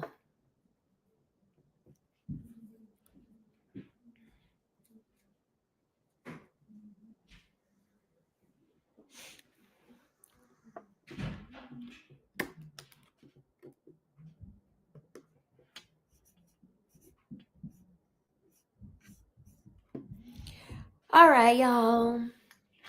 The live will be posted. So anyone who missed out on it at the beginning, it'll be posted after here for y'all to watch. I hope. What made me start? Okay, well then I'll keep answering questions then. When I got nothing else to talk about, I just wait for y'all to type stuff so I can interact with y'all. What made y'all start? So I need to I need to do a video on this, on like my story on what got me into the club. So I actually was taking pole dancing classes. And so I graduated high school early and went to college. And then my grandmother got sick and my mom lost her job, and there was just so much going on with my family. So I ended up dropping out of college, and then I started taking pole dancing classes. Like, me and my mom started taking pole dancing classes. My mom ended up going back to work or whatever. So I was off from school or whatever. And so I started taking pole dancing classes, and I was like, I like this. This is fun. But one of my instructors was a dancer, and I had the plan to go back to school. But I wasn't trying to take out no loan. I wasn't trying to do all that stuff. And so I was like, well, like, I'm pretty. I didn't have the best body by any means, but I was like, I'm pretty. And I was like, I know if I'm pretty, I can make money. And this lady was a dancer, so I'm just going to ask her questions. So I asked her questions and asked her what I had to do. And, and she was a dancer for like 10 years. And like, I asked her if like she thought that I would be good enough to like work in the club and make money. And she was like, yes. So I ended up going to this club, and they ended up hiring me, and then boom, I started dancing. And I didn't like the club that I was working at because it was one of those like booty shaking clubs. Like, it wasn't like an actual gentleman's club. And I was making money, but my money was not consistent. And this is why Shira 7's advice checks out, because I knew that the club that I was at, those weren't good targets for me. I was not one of the women that they were going to really spend a whole lot of money on, because it was a booty shaking club. It was in like a predominantly Black area. I don't have no booty for real. I don't have no body for real. So I just knew I wasn't going to make money. And so that club, the owner of that club had 2 additional clubs. And so I got cool with the security guy liked me. Security guy liked me. And so I asked him, I said, can I go to the one of the other clubs? Because those are gentlemen's clubs. And I know that the demographic of men that will be there will want to spend money on me. I know I'm not going to be able to thrive at this club that I'm currently at. And so they were real strict about like, because that's the thing about the club, they have like a quota for like races. And they have a quota for races so that way the men can come in and they can like have a pick of the litter, so to speak, and have like a lot of options. And so he was like, well, I don't know, because like we have a whole lot of like black girls. He was like, but like you have a different look. And so he was like, so I think he's like, I'm going to tell him that, like the manager that, and we'll get you into the club. Pretty much he was saying that because all the girls that worked at the club that were black, they were unambiguously black. I'm multiracial, so I'm black, white, and Mexican. All the other girls were unambiguous. They were dark-skinned women. So he was like pushing that towards the manager or whatever. So he got me into the club, and I was at that club, and I was very, very, very, very, very successful at that club. Very successful at that club.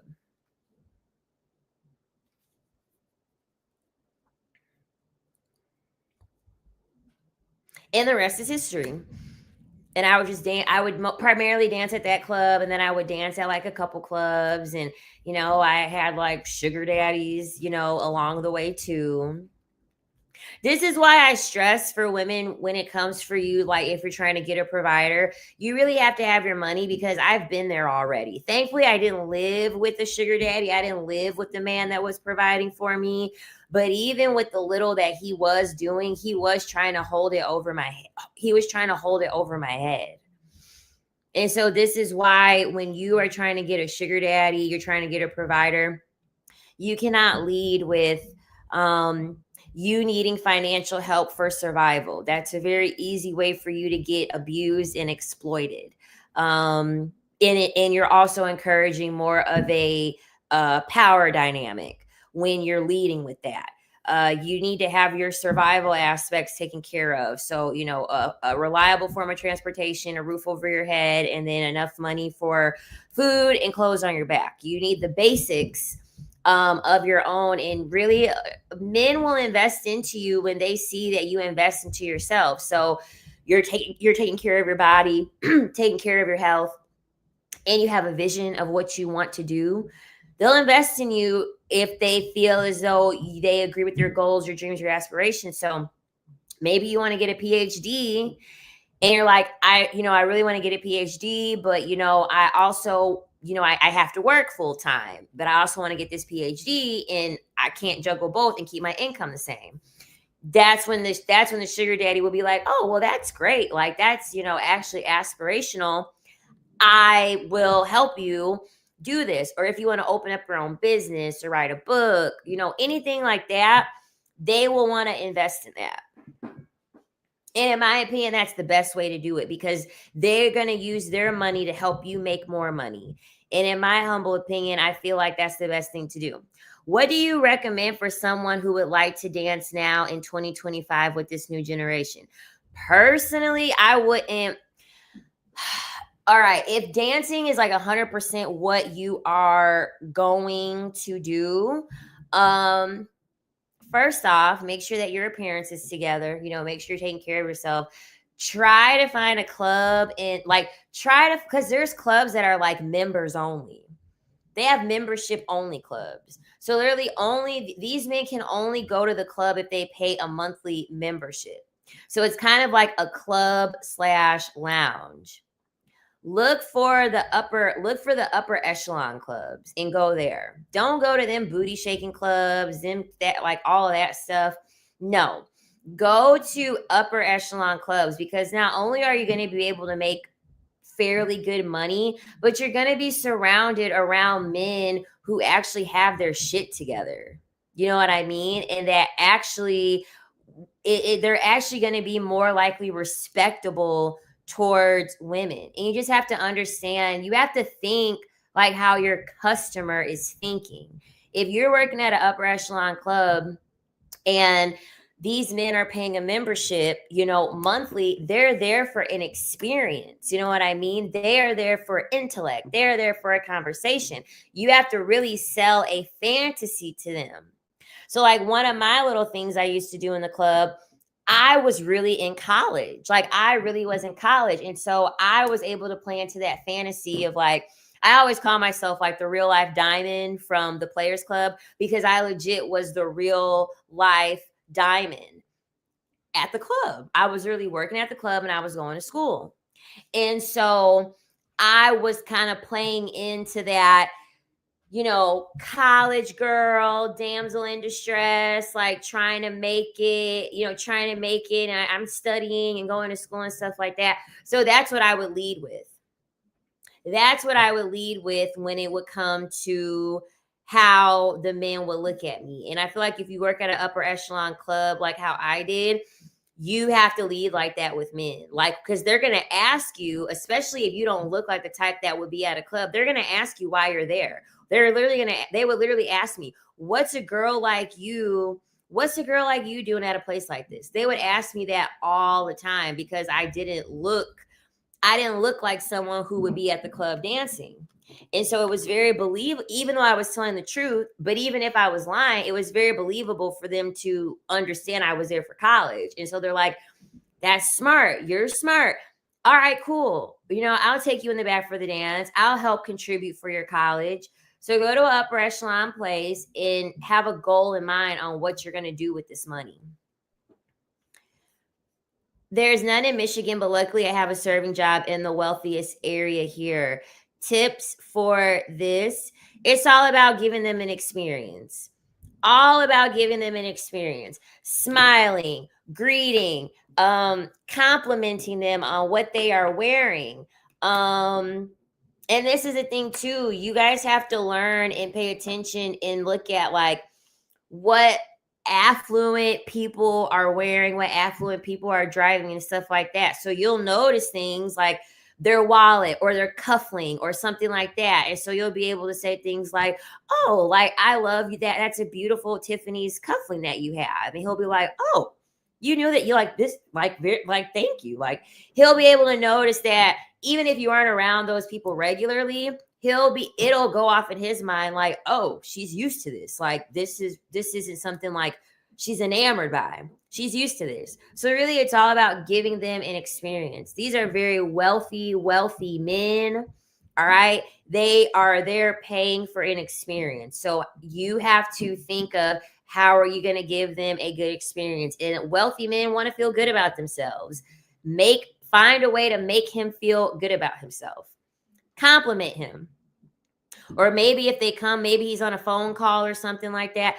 You know what? I'm sure you are so busy handling business and taking care of everything. You look so responsible.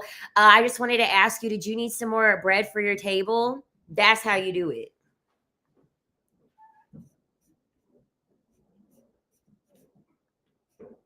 Do you think men that are married are also not romantic? Only when they feel like they gotta be. But over time, they're not going to be romantic because they got you already. What they need romance for? They got you already. Thanks. I could tell you were smart about it. I was extremely smart. About dancing. I didn't get into no drugs or anything like that. I wasn't going home with the men from the club or anything like that. I was strict, on business, laser focus, in and fucking out, playing no games, not getting caught up into that life at all. And my own mom knew I danced. Like, that's the thing. My mom was cool with me dancing. She was like, make the money, don't let it make you. Because she knew I wasn't stupid. She knew she didn't raise no dumbass girl. So she wasn't even worried about it. How is it working with other women working at these clubs? Are they nice to each other? Some of them, but that was another thing. So I did make friends with one girl who I worked at the club with. Well, no, I had two friends. I had two friends that I had made at the club. The first girl was obsessed with me. Like she really liked me. That's been a theme in my life too. I don't know why, but that's been a theme in my life.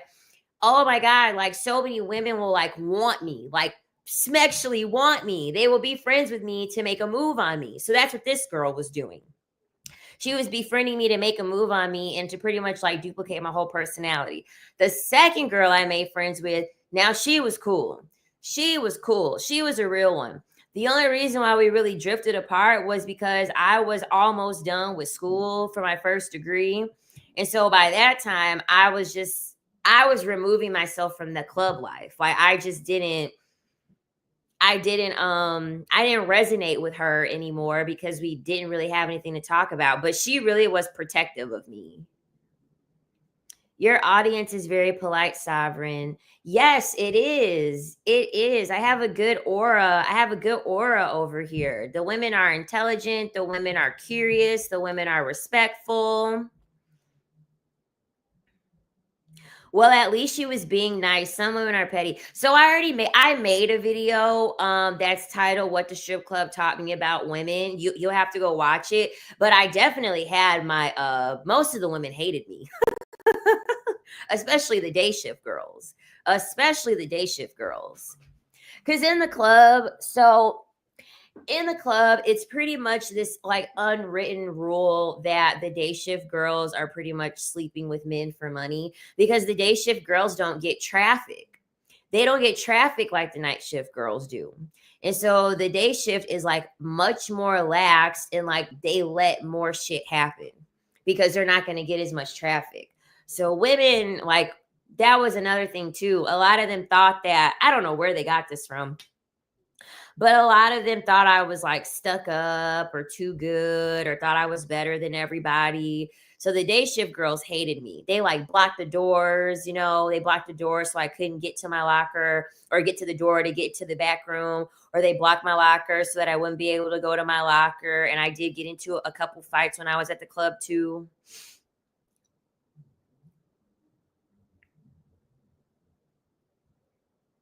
I even had a girl, she didn't do it on purpose. She got fired for this. And shout out to my friend at the time, my club friend at the time who took care of me during this situation. So, as I told you all, I didn't, I wasn't sleeping with them men or anything like that. I went on ahead and gave them dances and, kept it at that. And if a guy didn't want to dance, I would never argue with him. Like I would never try to scam or scheme or manipulate or anything like that. If they didn't want to dance, I'm just not going to, I just would be like, fuck it, move on to the next person. So I remember it was the beginning of my shift and there was a European guy. I talked to him for a little bit. He wanted to dance fairly quickly. Go in the back, dance with him. Got one dance. Cool. I worked the rest of my shift. Normal shift. No big deal. Go in the back. Go to my car. I pull off, but I don't pull out of the parking lot. But I had noticed someone pulled out right behind me. And my intuition told me, don't you pull out of this damn parking lot. Don't pull out this parking lot. Circle back around. The person that had pulled up behind me followed me when I circled back around. So I pulled up to the front of the club and I honked my horn and the security came out and I said, this man is trying to follow me out the club. So he went on ahead and talked to the man behind me.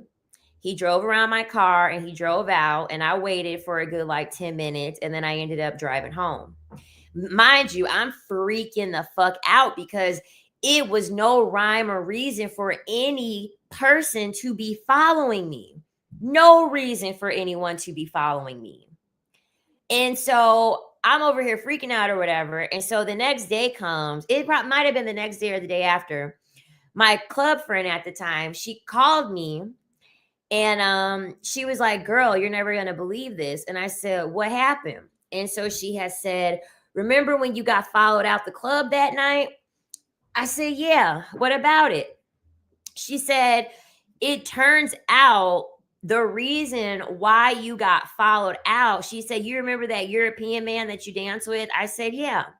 She said, we had another girl who was a dancer. Mind you, we look nothing alike. This other girl, we look nothing alike. I'm 5'1" and like lighter skin.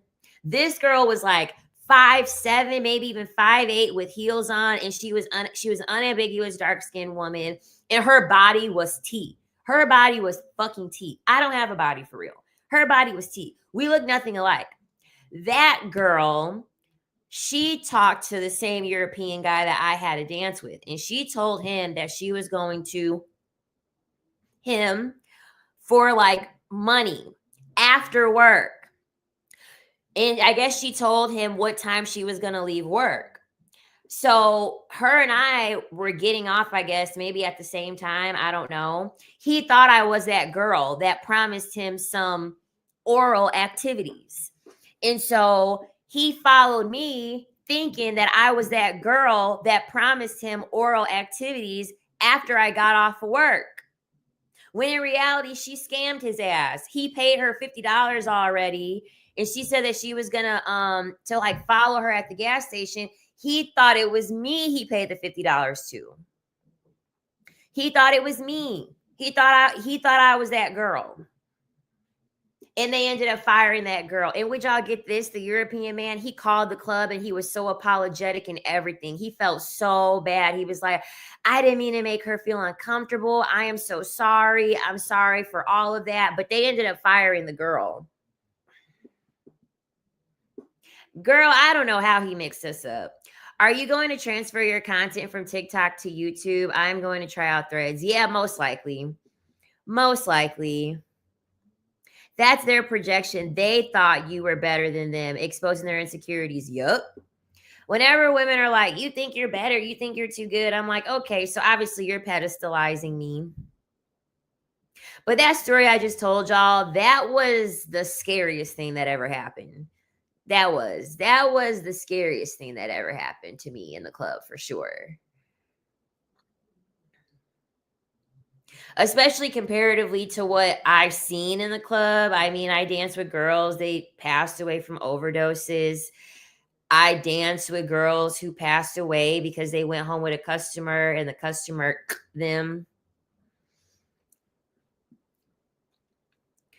$50 is low as hell. $50 is so low. That's why I said I had to leave the club, because those girls were pricing themselves so low. How am I going to be able to sell a dance for $30 and she's selling cat for $50? Like what? Like 50 is low as hell. I mean, a champagne room at the lowest is $300. And I think you gonna get about, I can't remember our cut. I think you got where I worked at the club, the cut was good. All the clubs I worked at, the cut was pretty good. I think we got, hold on, I could tell you now. Because I know the math in my head, but I don't know the percentage.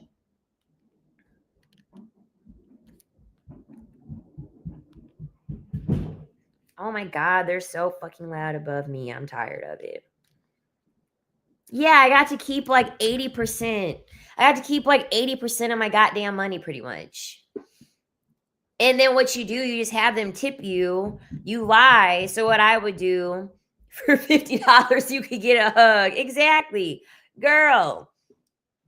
I didn't get it. I was like, why are y'all pricing yourselves this low? Why are y'all pricing yourselves this low? I don't get it. Because see, even when I would sell a champagne room, I would just lie about how much the champagne room was. And because I was cool with the security guard, I'm like, listen, the champagne room is $500, okay? The champagne room is $500. And the champagne room was really $300, but I would have the guy tip me an extra $200.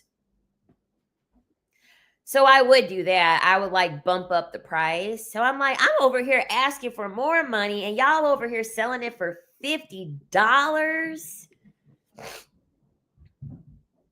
And this was 10 years ago. $50 wasn't shit then either. $50 wasn't shit then either.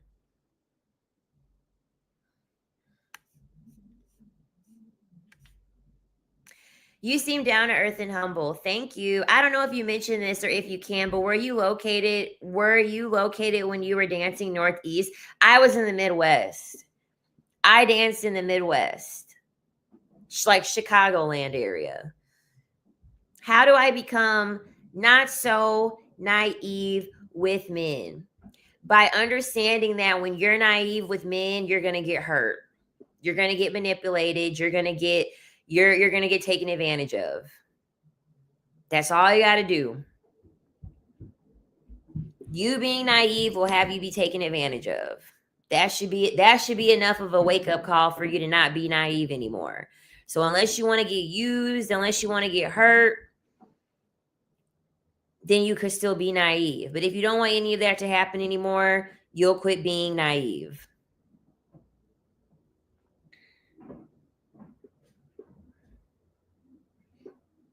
And Kathleen said, start selling them dreams, lying. Yeah, because that's the thing. You don't really care about them lying if you're lying themselves. If you're lying too. Yeah, in the same way that naive men get played by women, naive women get played by men. And the thing about it is that men won't allow their heart to be broken once. They won't.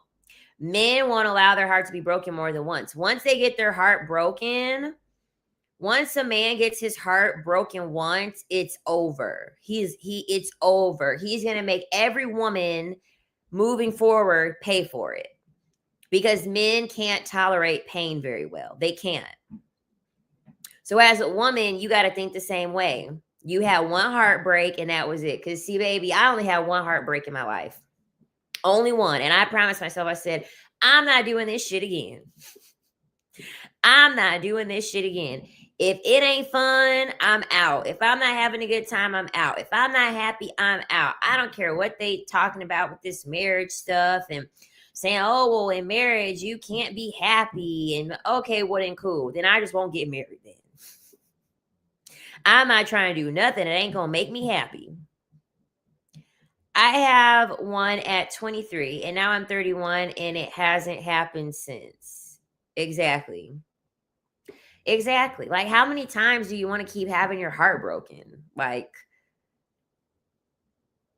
so I'm actually going to do a video on Travis and Leanna. I'm going to do a video on that tomorrow. That's going to be my video talking about gold digging. And I'm actually going to compare their relationship with Simone Biles and her husband. I thought the one heartbreak thing was a joke. LMAO, yo, what the F? Yeah, men don't want their heart broken. They get their heart broken once and that's it. They're gonna do anything at all costs to avoid that from happening ever again. Men do not lie better than women. You know when they're lying. You just don't want to trust your intuition. Exactly. That's really what it is.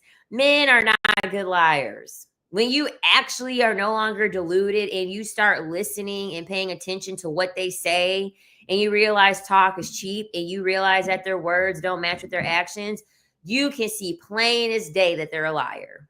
It's very, very easy. They lie. They're terrible liars. What changed with dating when you hit 6 figures? I wasn't impressed by anybody.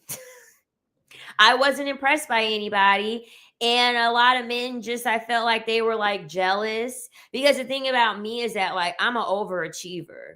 So it's like, okay, you know, I'll make 100K and I want to be on the trajectory to make 200K, 300K, $500,000, $1 million. Like it's never going to stop. And so most men they admire my ambition only when they think that they could get a piece. And when I make it clear that they're not getting a piece, they no longer like my ambition. So I just said, fuck it. I said, fuck it. I'll just be my own rich man then. That's cool. I'll just be my own rich man. Sovereign, do you have a friend group? I don't want one, but I want to know your opinion. I don't have a friend group. My best friend right now, because ironically, all me and my best friend, we actually travel for work and it just happens that we're here in New York City together. And she's like establishing a friend group. Like she introduced me to two of her friends that are here. And I told her straight up, I said, those are your friends. Those are your friends, girl. These are my acquaintances. Because I don't know them like that. Those are her friends. And I'm not a fan of the friend group. I'll be honest. I'm not a fan of the friend group because I firmly believe that you can only have friends for certain things. Like if I have a friend that I work out with and like she's not big into like going to restaurants and stuff like that, I just leave that. That's my gym friend. You know what I mean? And then I have a friend that I go out to eat with and we take Instagram pictures and stuff like that. That's my foodie friend. You know what I mean? I believe that too many issues happen when you have a girl group because it's too many different personalities. And women want their needs and wants catered to. When you have multiple women in a friend group, that's just too many people that I have to cater to appease and make happy. It's too much. I just leave friends where they are in their little specific box.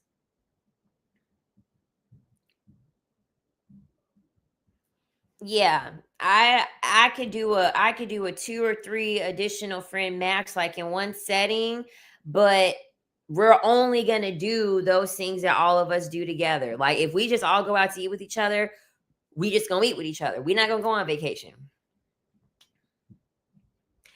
She took 2 men over our friendship and won't pay me back for covering her car payment. Oh, hell no. Yeah, I cater to myself. I dress up and take myself on beautiful dates. Sometimes I believe I'm too comfortable being solo. Girl, you never too comfortable being solo. You never too comfortable being solo, girl. That's protection. Ain't no one gonna love you more than you. Ain't no company gonna be better than your own company. When I was younger, like 5, 6, an older girl, like 9, took on stage. She put me on a bench. The doors behind me were doors to the baptism tub. On both sides were stairs. Okay, so hold on. Someone else asked me another question. Are you participating in 4B? I still am, but on Christmas that may change. On Christmas that may change. I don't know yet. I might be having a good time with the only man that I trust to have a good time with.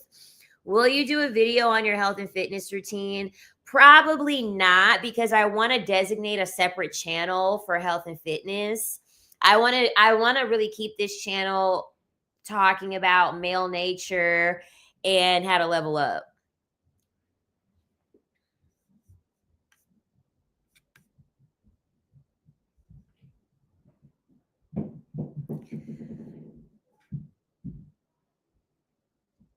Solitude is oh, you don't know what 4B is? So 4B was created by women in South Korea because pretty much the women there were so goddamn terrible.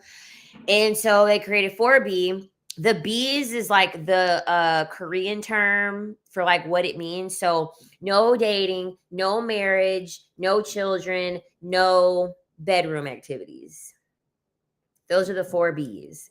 And then they upped it up to 5B and then 6B. So 5B is you don't talk to men at all. You don't entertain them on social media. You don't give them any attention. The attention that they're looking for when they come up here in the chat, you ignore them. So that's why I had told y'all don't talk to that guy. Y'all see he ain't been back since, because they thrive off of our attention. This is why we can't respond to them. And then 6B is when you no longer buy anything with the pink tax. So anything pink tax, anything pink tax, you no longer buy it. So that's 6B.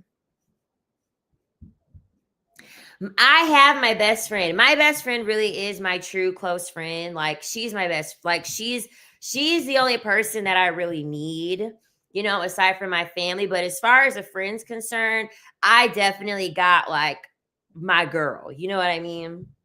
We've been through a lot. Yes, sis, I was taken to the back curtains and you know what happened. I don't remember it at all. That's terrible.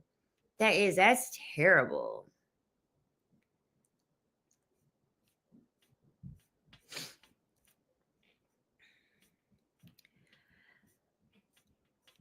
I think someone asked me, do I get lonely?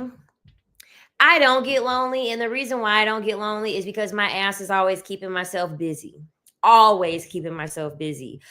Creating content, learning information, reading something, going to the gym, going outside for a walk, live streaming with y'all. I'm always doing something to fill up my time.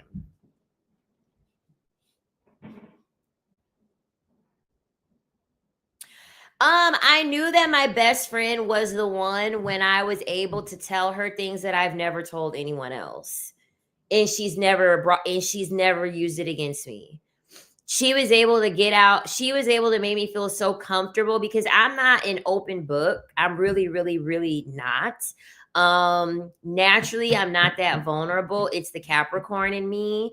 I don't thrive on emotions and vulnerability and stuff like that. You have to be a very, very, very trustworthy and special person in order for me to give that side. And so she was the only person that I had ever met in my whole entire life who was able to make me feel comfortable enough to be vulnerable. And she's able to take constructive criticism. Yeah, I don't want to say we've had arguments because we're both very open to criticism. Because we understand that in order for the friendship to work, like for me, I'm a person that's always growing and I'm always ascending. That's another reason why I don't date seriously, because men don't want women to change. Men want you to come in a base model and they don't want you to add any specs to you. They want you to be base model, and I'm never going to be base model. Never. And so I'm always changing and growing. And so whoever is going to be in my circle, they have to change and grow and evolve, or else you cannot sit with me. And so my best friend understands that. And my best friend tightens the fuck up. She understands that. And that's how you have to be. Like, you have to understand and love yourself so much and pour into yourself so much where you got to tell people you ain't worked hard enough. You can't sit with me. And if you want to sit with me, you're going to have to work hard enough. I could tell her that and she'll do it. You know what I mean? And she'll even tell herself, I got to tighten up. You know what I mean?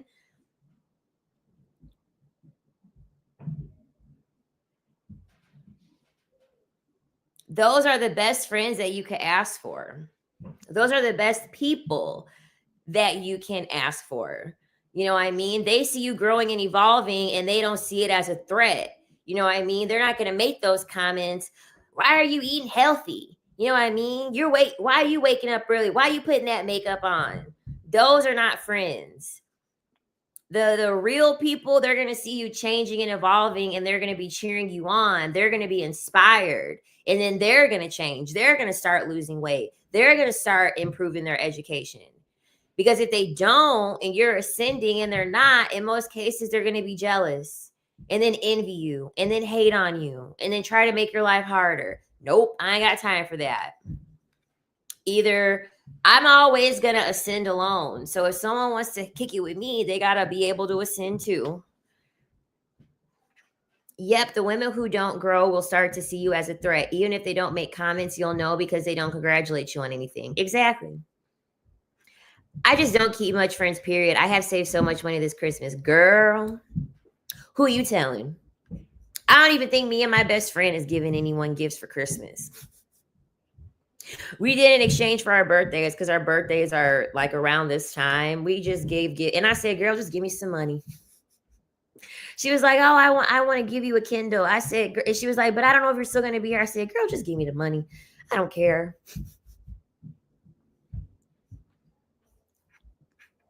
They know that when we change, that we'll outgrow them because they don't. Exactly. There's a saying, women marry men hoping that he will change. Men marry women hoping that she doesn't change.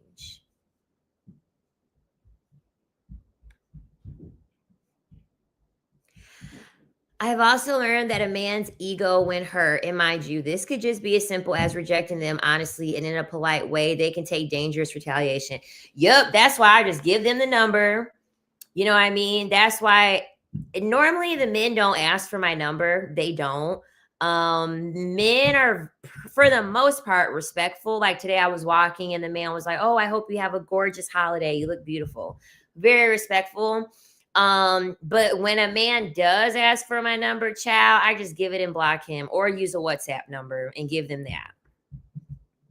Cause I'll know. I'll know. My discernment is so strong. I know when a crazy man is asking for my number. And my discernment is so good. I've even been able to tap into this online. I'll be able to tap into this online. So I might have told this story before. But there was a guy, I was at lunch, and this was during the summer. I was at lunch and minding my business, and this man comes up to me and he was like, "Hey, I like have a podcast or whatever. Can I like interview you for my podcast?" And I was like, "Well, I'm a content creator. That's cool, whatever." So he asked me questions like, "Oh, what do you like about men?" Da, da, da. I just gave him like bullshit answers to make his like content look good or whatever.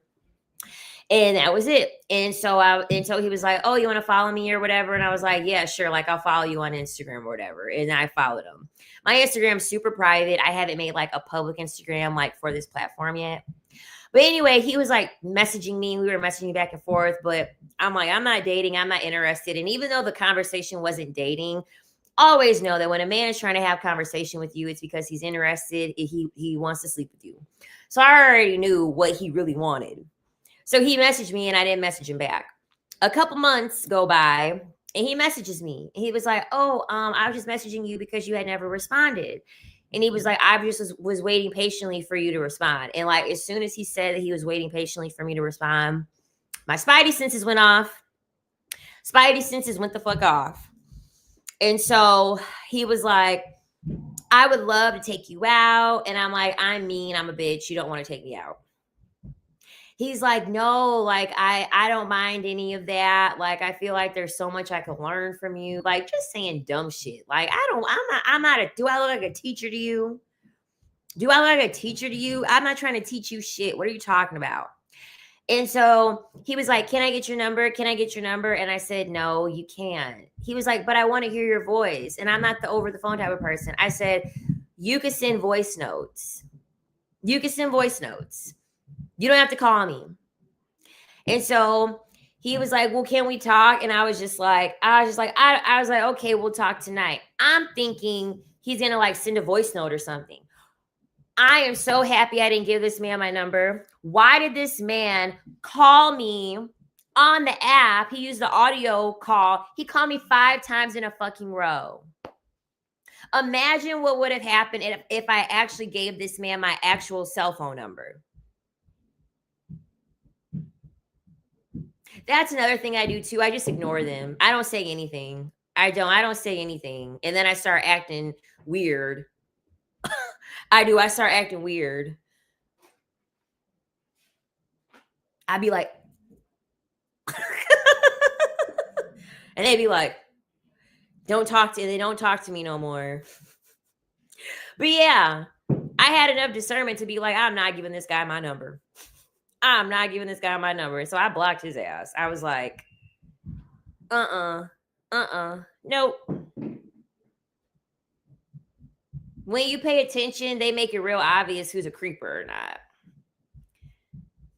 I was on public transport yesterday and there was a guy trying to get my attention by waving his hand next to me, but I ignored him and acted busy on my phone. He was visibly irritated, huffing it. Yep. That's the reason why I hate public transit. But like here in New York City, you damn near have to be on public transit. It's easier on it's easier with public transit. And I hate driving here in New York City. I hate it. I hate it. I hate it. That's why when I'm on public transit, I look like a bitch. Like I look like a straight bitch. My best friend took a picture of me one time. We were on the train with each other. Mind you, I was hold on, I'm about to find the picture because it's on my phone. Mind you, chow, we had drank, so I was already hungover. Look at how mean I look. Oh, you can't see it because the green screen. Y'all, my phone is all cracked and ghetto. But y'all, I wonder if it'll still. Nope, it won't do it because it's the green screen. How could I take this off? I was looking mean as I be looking mean as hell on public transport. I don't want nobody talking to me.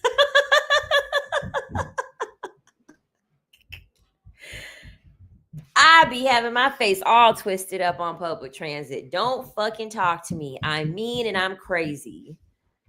And when I see too many men around, I just start talking to myself. Or what I'll do, I'll pretend like I'm sending my friend a voice note and I get to sounding real angry. I get to sounding real angry. I make my voice real deep and I be cussing on the phone and everything. I be sounding like a crazy lady on the phone when I see a lot of men. Do that, they won't talk to you. Right. My best friend said, girl, I got it. She said, oh my God, girl. Let me tell you. She said, oh my God, I got to send you this picture. She said, you look like a straight bitch on these pictures. She said, girl, you look. I said, oh my God. And she sent me the picture. I said, child, I do. Oh my God. I didn't even realize I was looking that mean.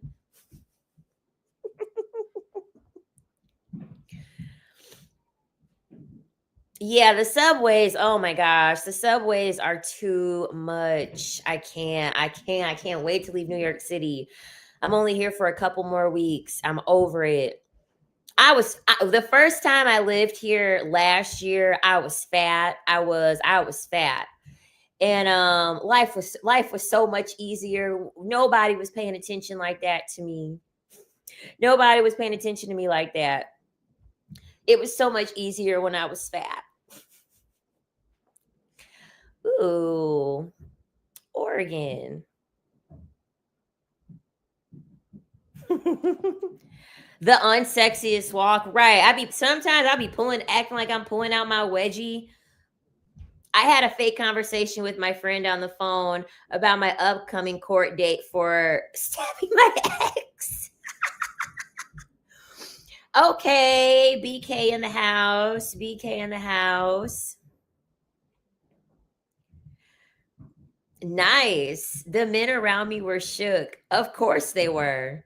It's an old video I remember seeing on TikTok, and this girl recorded herself getting approached by a man. This man was hitting on her.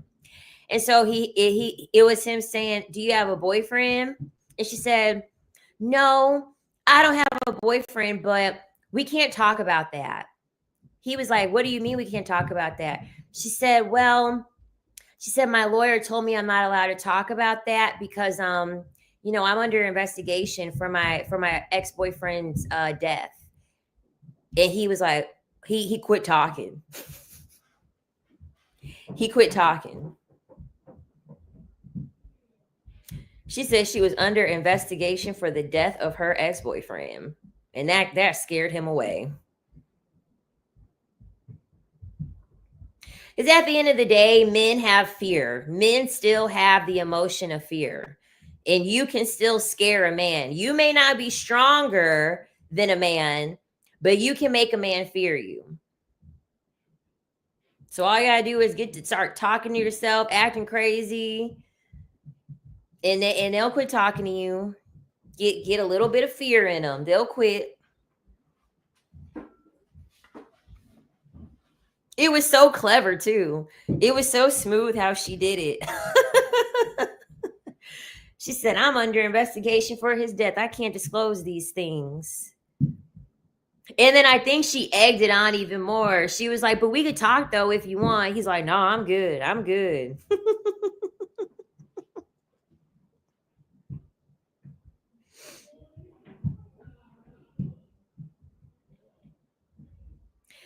Yep, just gain some weight and you'll get less attention. They are only after your body anyway. So there are multiple ways that women go about this whenever they are like anti-male validation.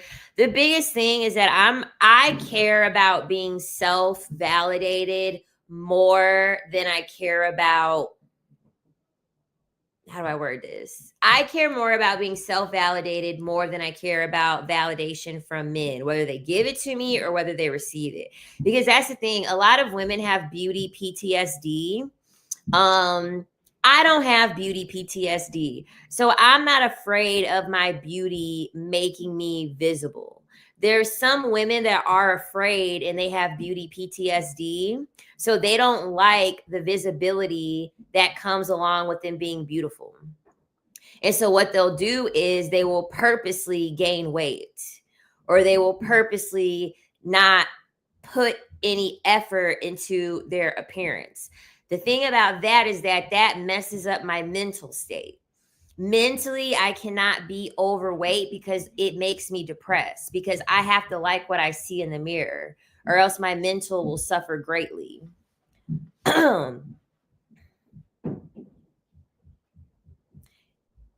Have to remind men that not every woman is not a threat to them. Exactly. Because see, that's what women be too afraid to do. Y'all be too afraid to put fear in these men. And that's why men are so comfortable with y'all. You only talk to a man for 2 minutes and he already inviting you to your place. And y'all not stealing stuff. Y'all ain't whipping out no weapon. How do you deal with missing physical intimacy? Well, that's what toys are for. That's what toys are for. And like I said, Christmas Day, maybe if he's lucky, I might get my physical intimacy on. Maybe. I don't know yet. I don't know yet.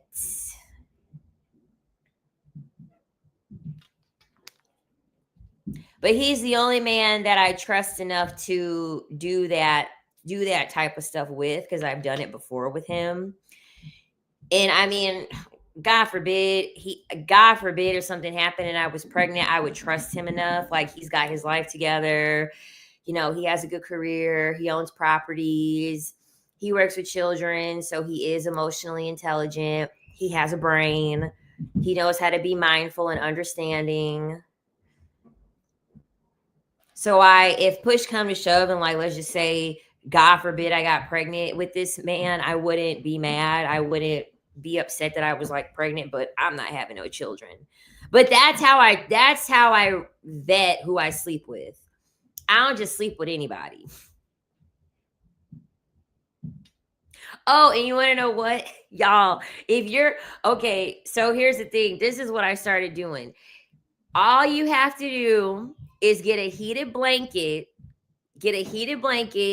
and cut the heated blanket on and put the heated blanket over you while you become a DJ or whatever you're trying to do. It'll feel, and just close your eyes. It's going to feel like it's a warm body.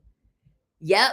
A weighted blanket or a heated blanket. I like having a heated blanket, but a heated blanket or a weighted blanket, it feel like the same thing. It feel like the same thing. And you just close your eyes and you can just think about whoever it is that you actually want to be on top of you. Same thing.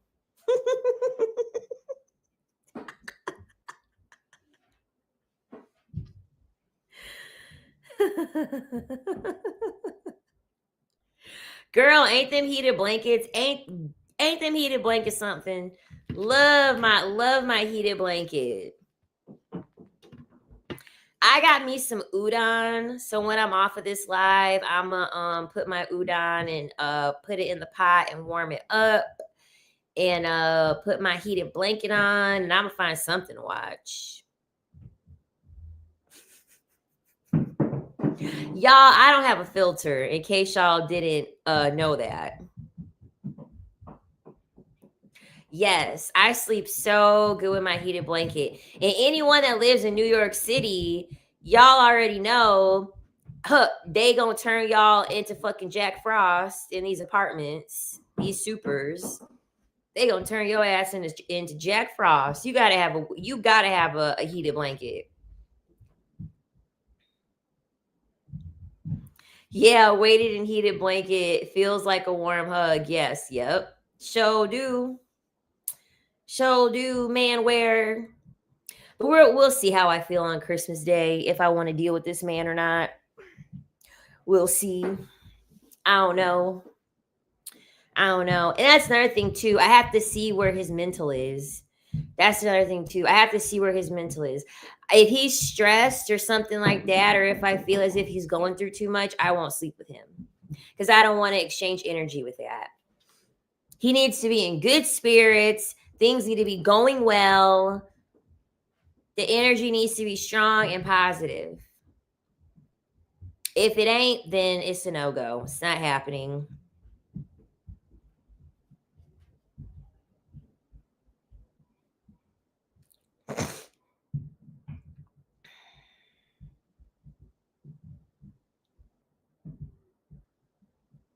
I am waiting for the after Christmas sale to replace the one that I have. Yes, get them deals. Get them seasonal deals, sis. Love that for you. Love that for you. All right, y'all. I think I was on here for a total of like 4 hours today. But I love this. I actually really like doing the live stream. It's so much fun. But I'm gonna wrap this up.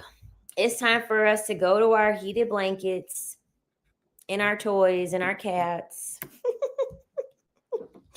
I hope you ladies enjoyed today's live. I really appreciate it. If you haven't subscribed, please subscribe. Also, I'm hoping that there's some comments that get left behind once I post the video, because I need more comments. I don't understand why people aren't commenting on my videos. I don't know what it is, but yeah, I really, really want to get more comments on my live streams. But yeah, y'all, my sovereign sisters, I love you ladies. Thank you so much for a wonderful night. And yeah, till next time. Mwah. Good night.